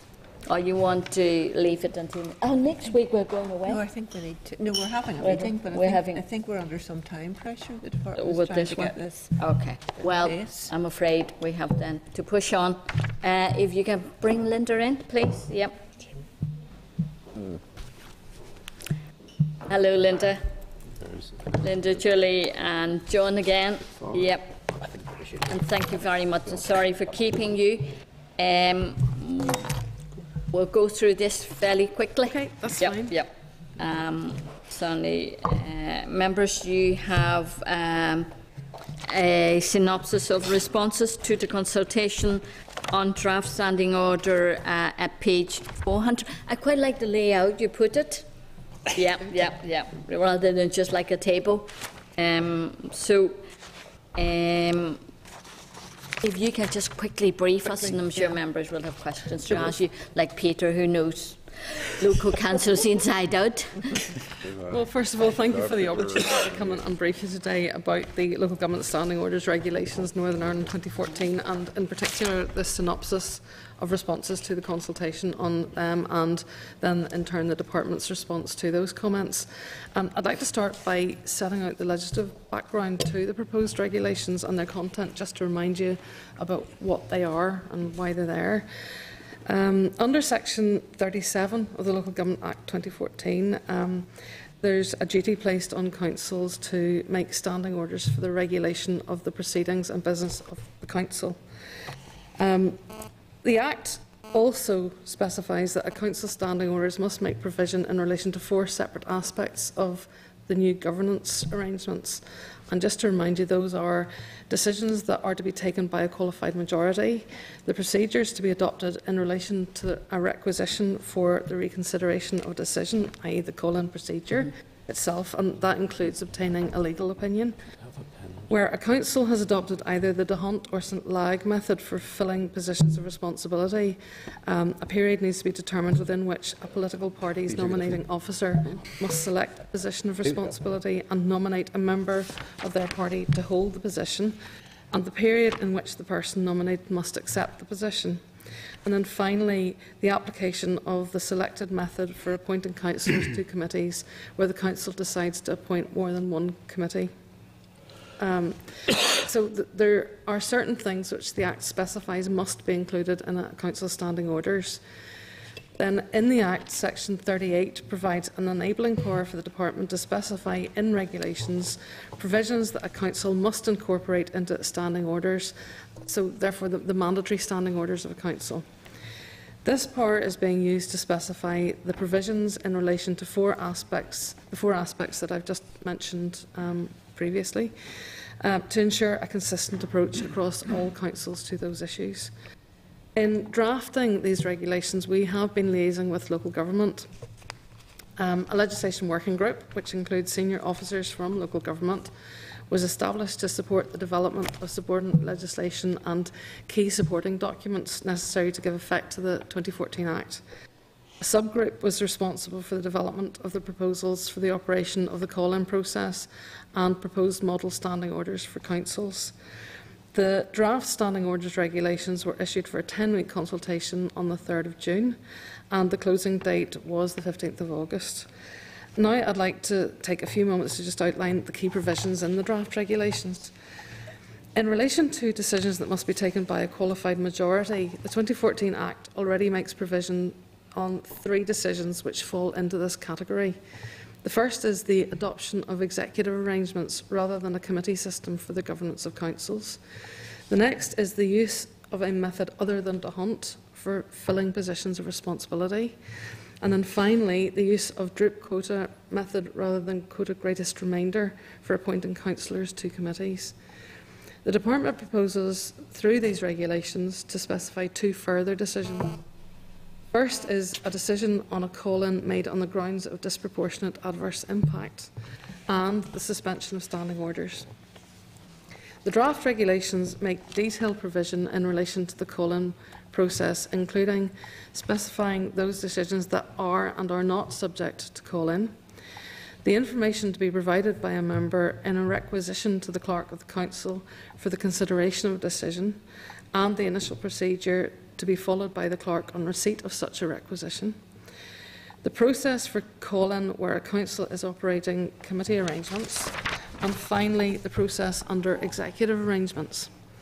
The period for the functions in relation to the operation of D'Hunt or St Lag is specified in the regulations as 15 minutes, unless an extension is agreed by the Council. The provisions for appointing councillors to more than one committee follow the procedures operated by the Assembly for appointing members to the statutory committees of the Assembly. In response to the consultation, we received a total of 15 responses. All 11 of the new councils responded, NILGA responded, 1 local government body, which was ARC 21, and 2 other organisations, the Committee for the Administration of Justice and the Community Relations Council. All of the respondents in their comments were generally supportive of the Department's proposals. However, a number of issues were raised that the Minister has agreed should be addressed in the revised draft regulations. These include the provision of additional definitions, provision of a procedure for the call-in of a decision of the Council, a short extension to certain of the time periods for specified actions to support the effective operation of the call-in process, and as mandatory standing orders are provided for both in the Act and in regulations, the Department has drawn up model standing orders to assist councils. These set out the standing orders which must be included and then suggest standing orders which councils may choose to include if they want to. The Minister has also agreed that officials should develop guidance to support the practical operation of the call-in process. So that's a brief overview of what's in the regulations and what has been changed as a result of the consultation, but we're very happy to take specific questions on any aspect of these regulations. Okay. So I read through them yesterday, and it's very good to have so many responses from people and suggesting suggestions, and I certainly accept a lot of the your recommendations for changes. So I really don't have any questions. Anybody else? Any questions for Belinda? Sure. Yes. Cathal had to take his leave there, and he asked me to ask this question on his behalf, and it would be as follows. In relation to the call-in procedure, you described that as the requisition of reconsideration. What happens to the original decision if a council takes a decision to do something and there's the call-in procedure? What happens to the original decision? The decision would be held pending the outcome of that reconsideration process. But then, depending on the outcome of that sort of subsequent scrutiny, for example, if it was called in on the grounds of disproportionate adverse impact, that decision would then be brought back to the council for decision by a qualified majority. So, to clarify, that basically saying, in the meantime, from the moment a call-in is put in, to the moment that it, one way or the other, is resolved, shall we say, it's effectively put on ice, it's suspended during that period. Yes. Would that be the... And that's why certain of the time periods are, we had to look at them to ensure that they were sufficient for the administrative processes, but not so long as would actually overly delay actions being taken. Because in those circumstances, I'm assuming there would be nothing to prevent a council then calling a special meeting to deal with that particular decision. But as I say, that would be a matter for the council. We're simply putting in place the necessary processes for members to be able to call in, request the reconsideration of the decision. Just on that, I'm just thinking that through a little bit.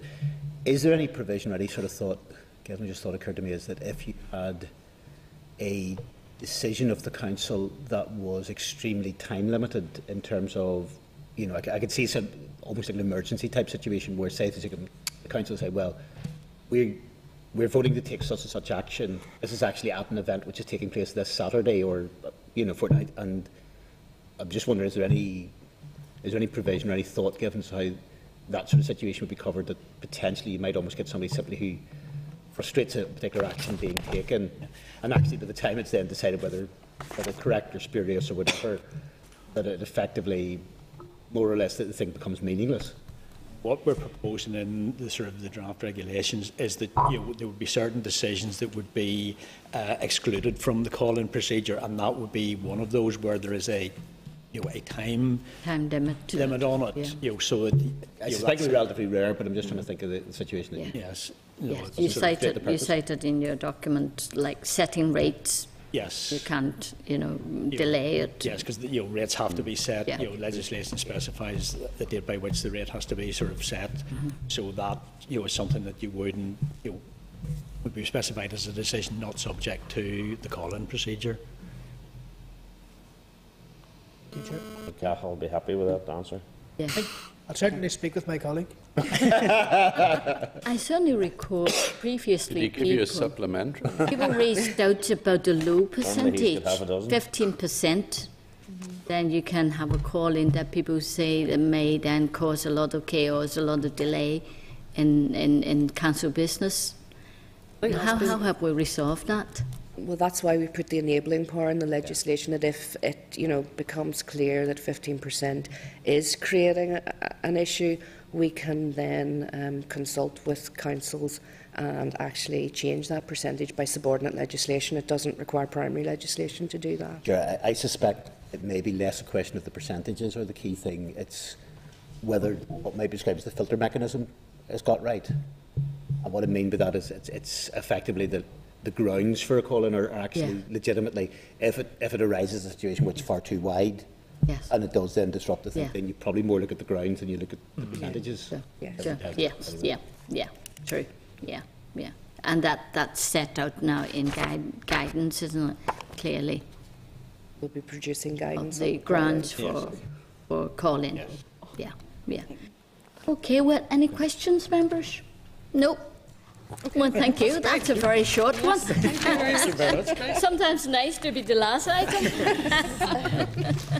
Thank you very much. Thank you very much. Thank you. Okay, members, correspondence. Just. Oh, yes. Oh, sure. True.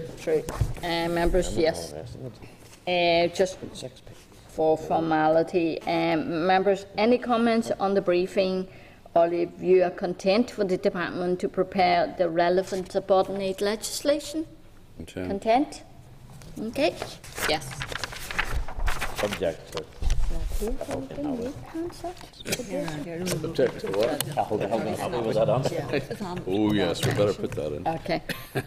Correspondence, you have a cover note there at page 431. Members content to note. Yep. And at page 432, there's a letter or email from the Agriculture Committee regarding Northern Ireland Environment Agency staff. So, members, are you content if we send this to the department and ask for the response? Okay. Yeah. So, members, you content to look at all the other items from 16.2 to 16.5? Okay. Forward work programme is at page 467. Members content? Great. Okay. AOB, any AOBs, members? Nope. Okay.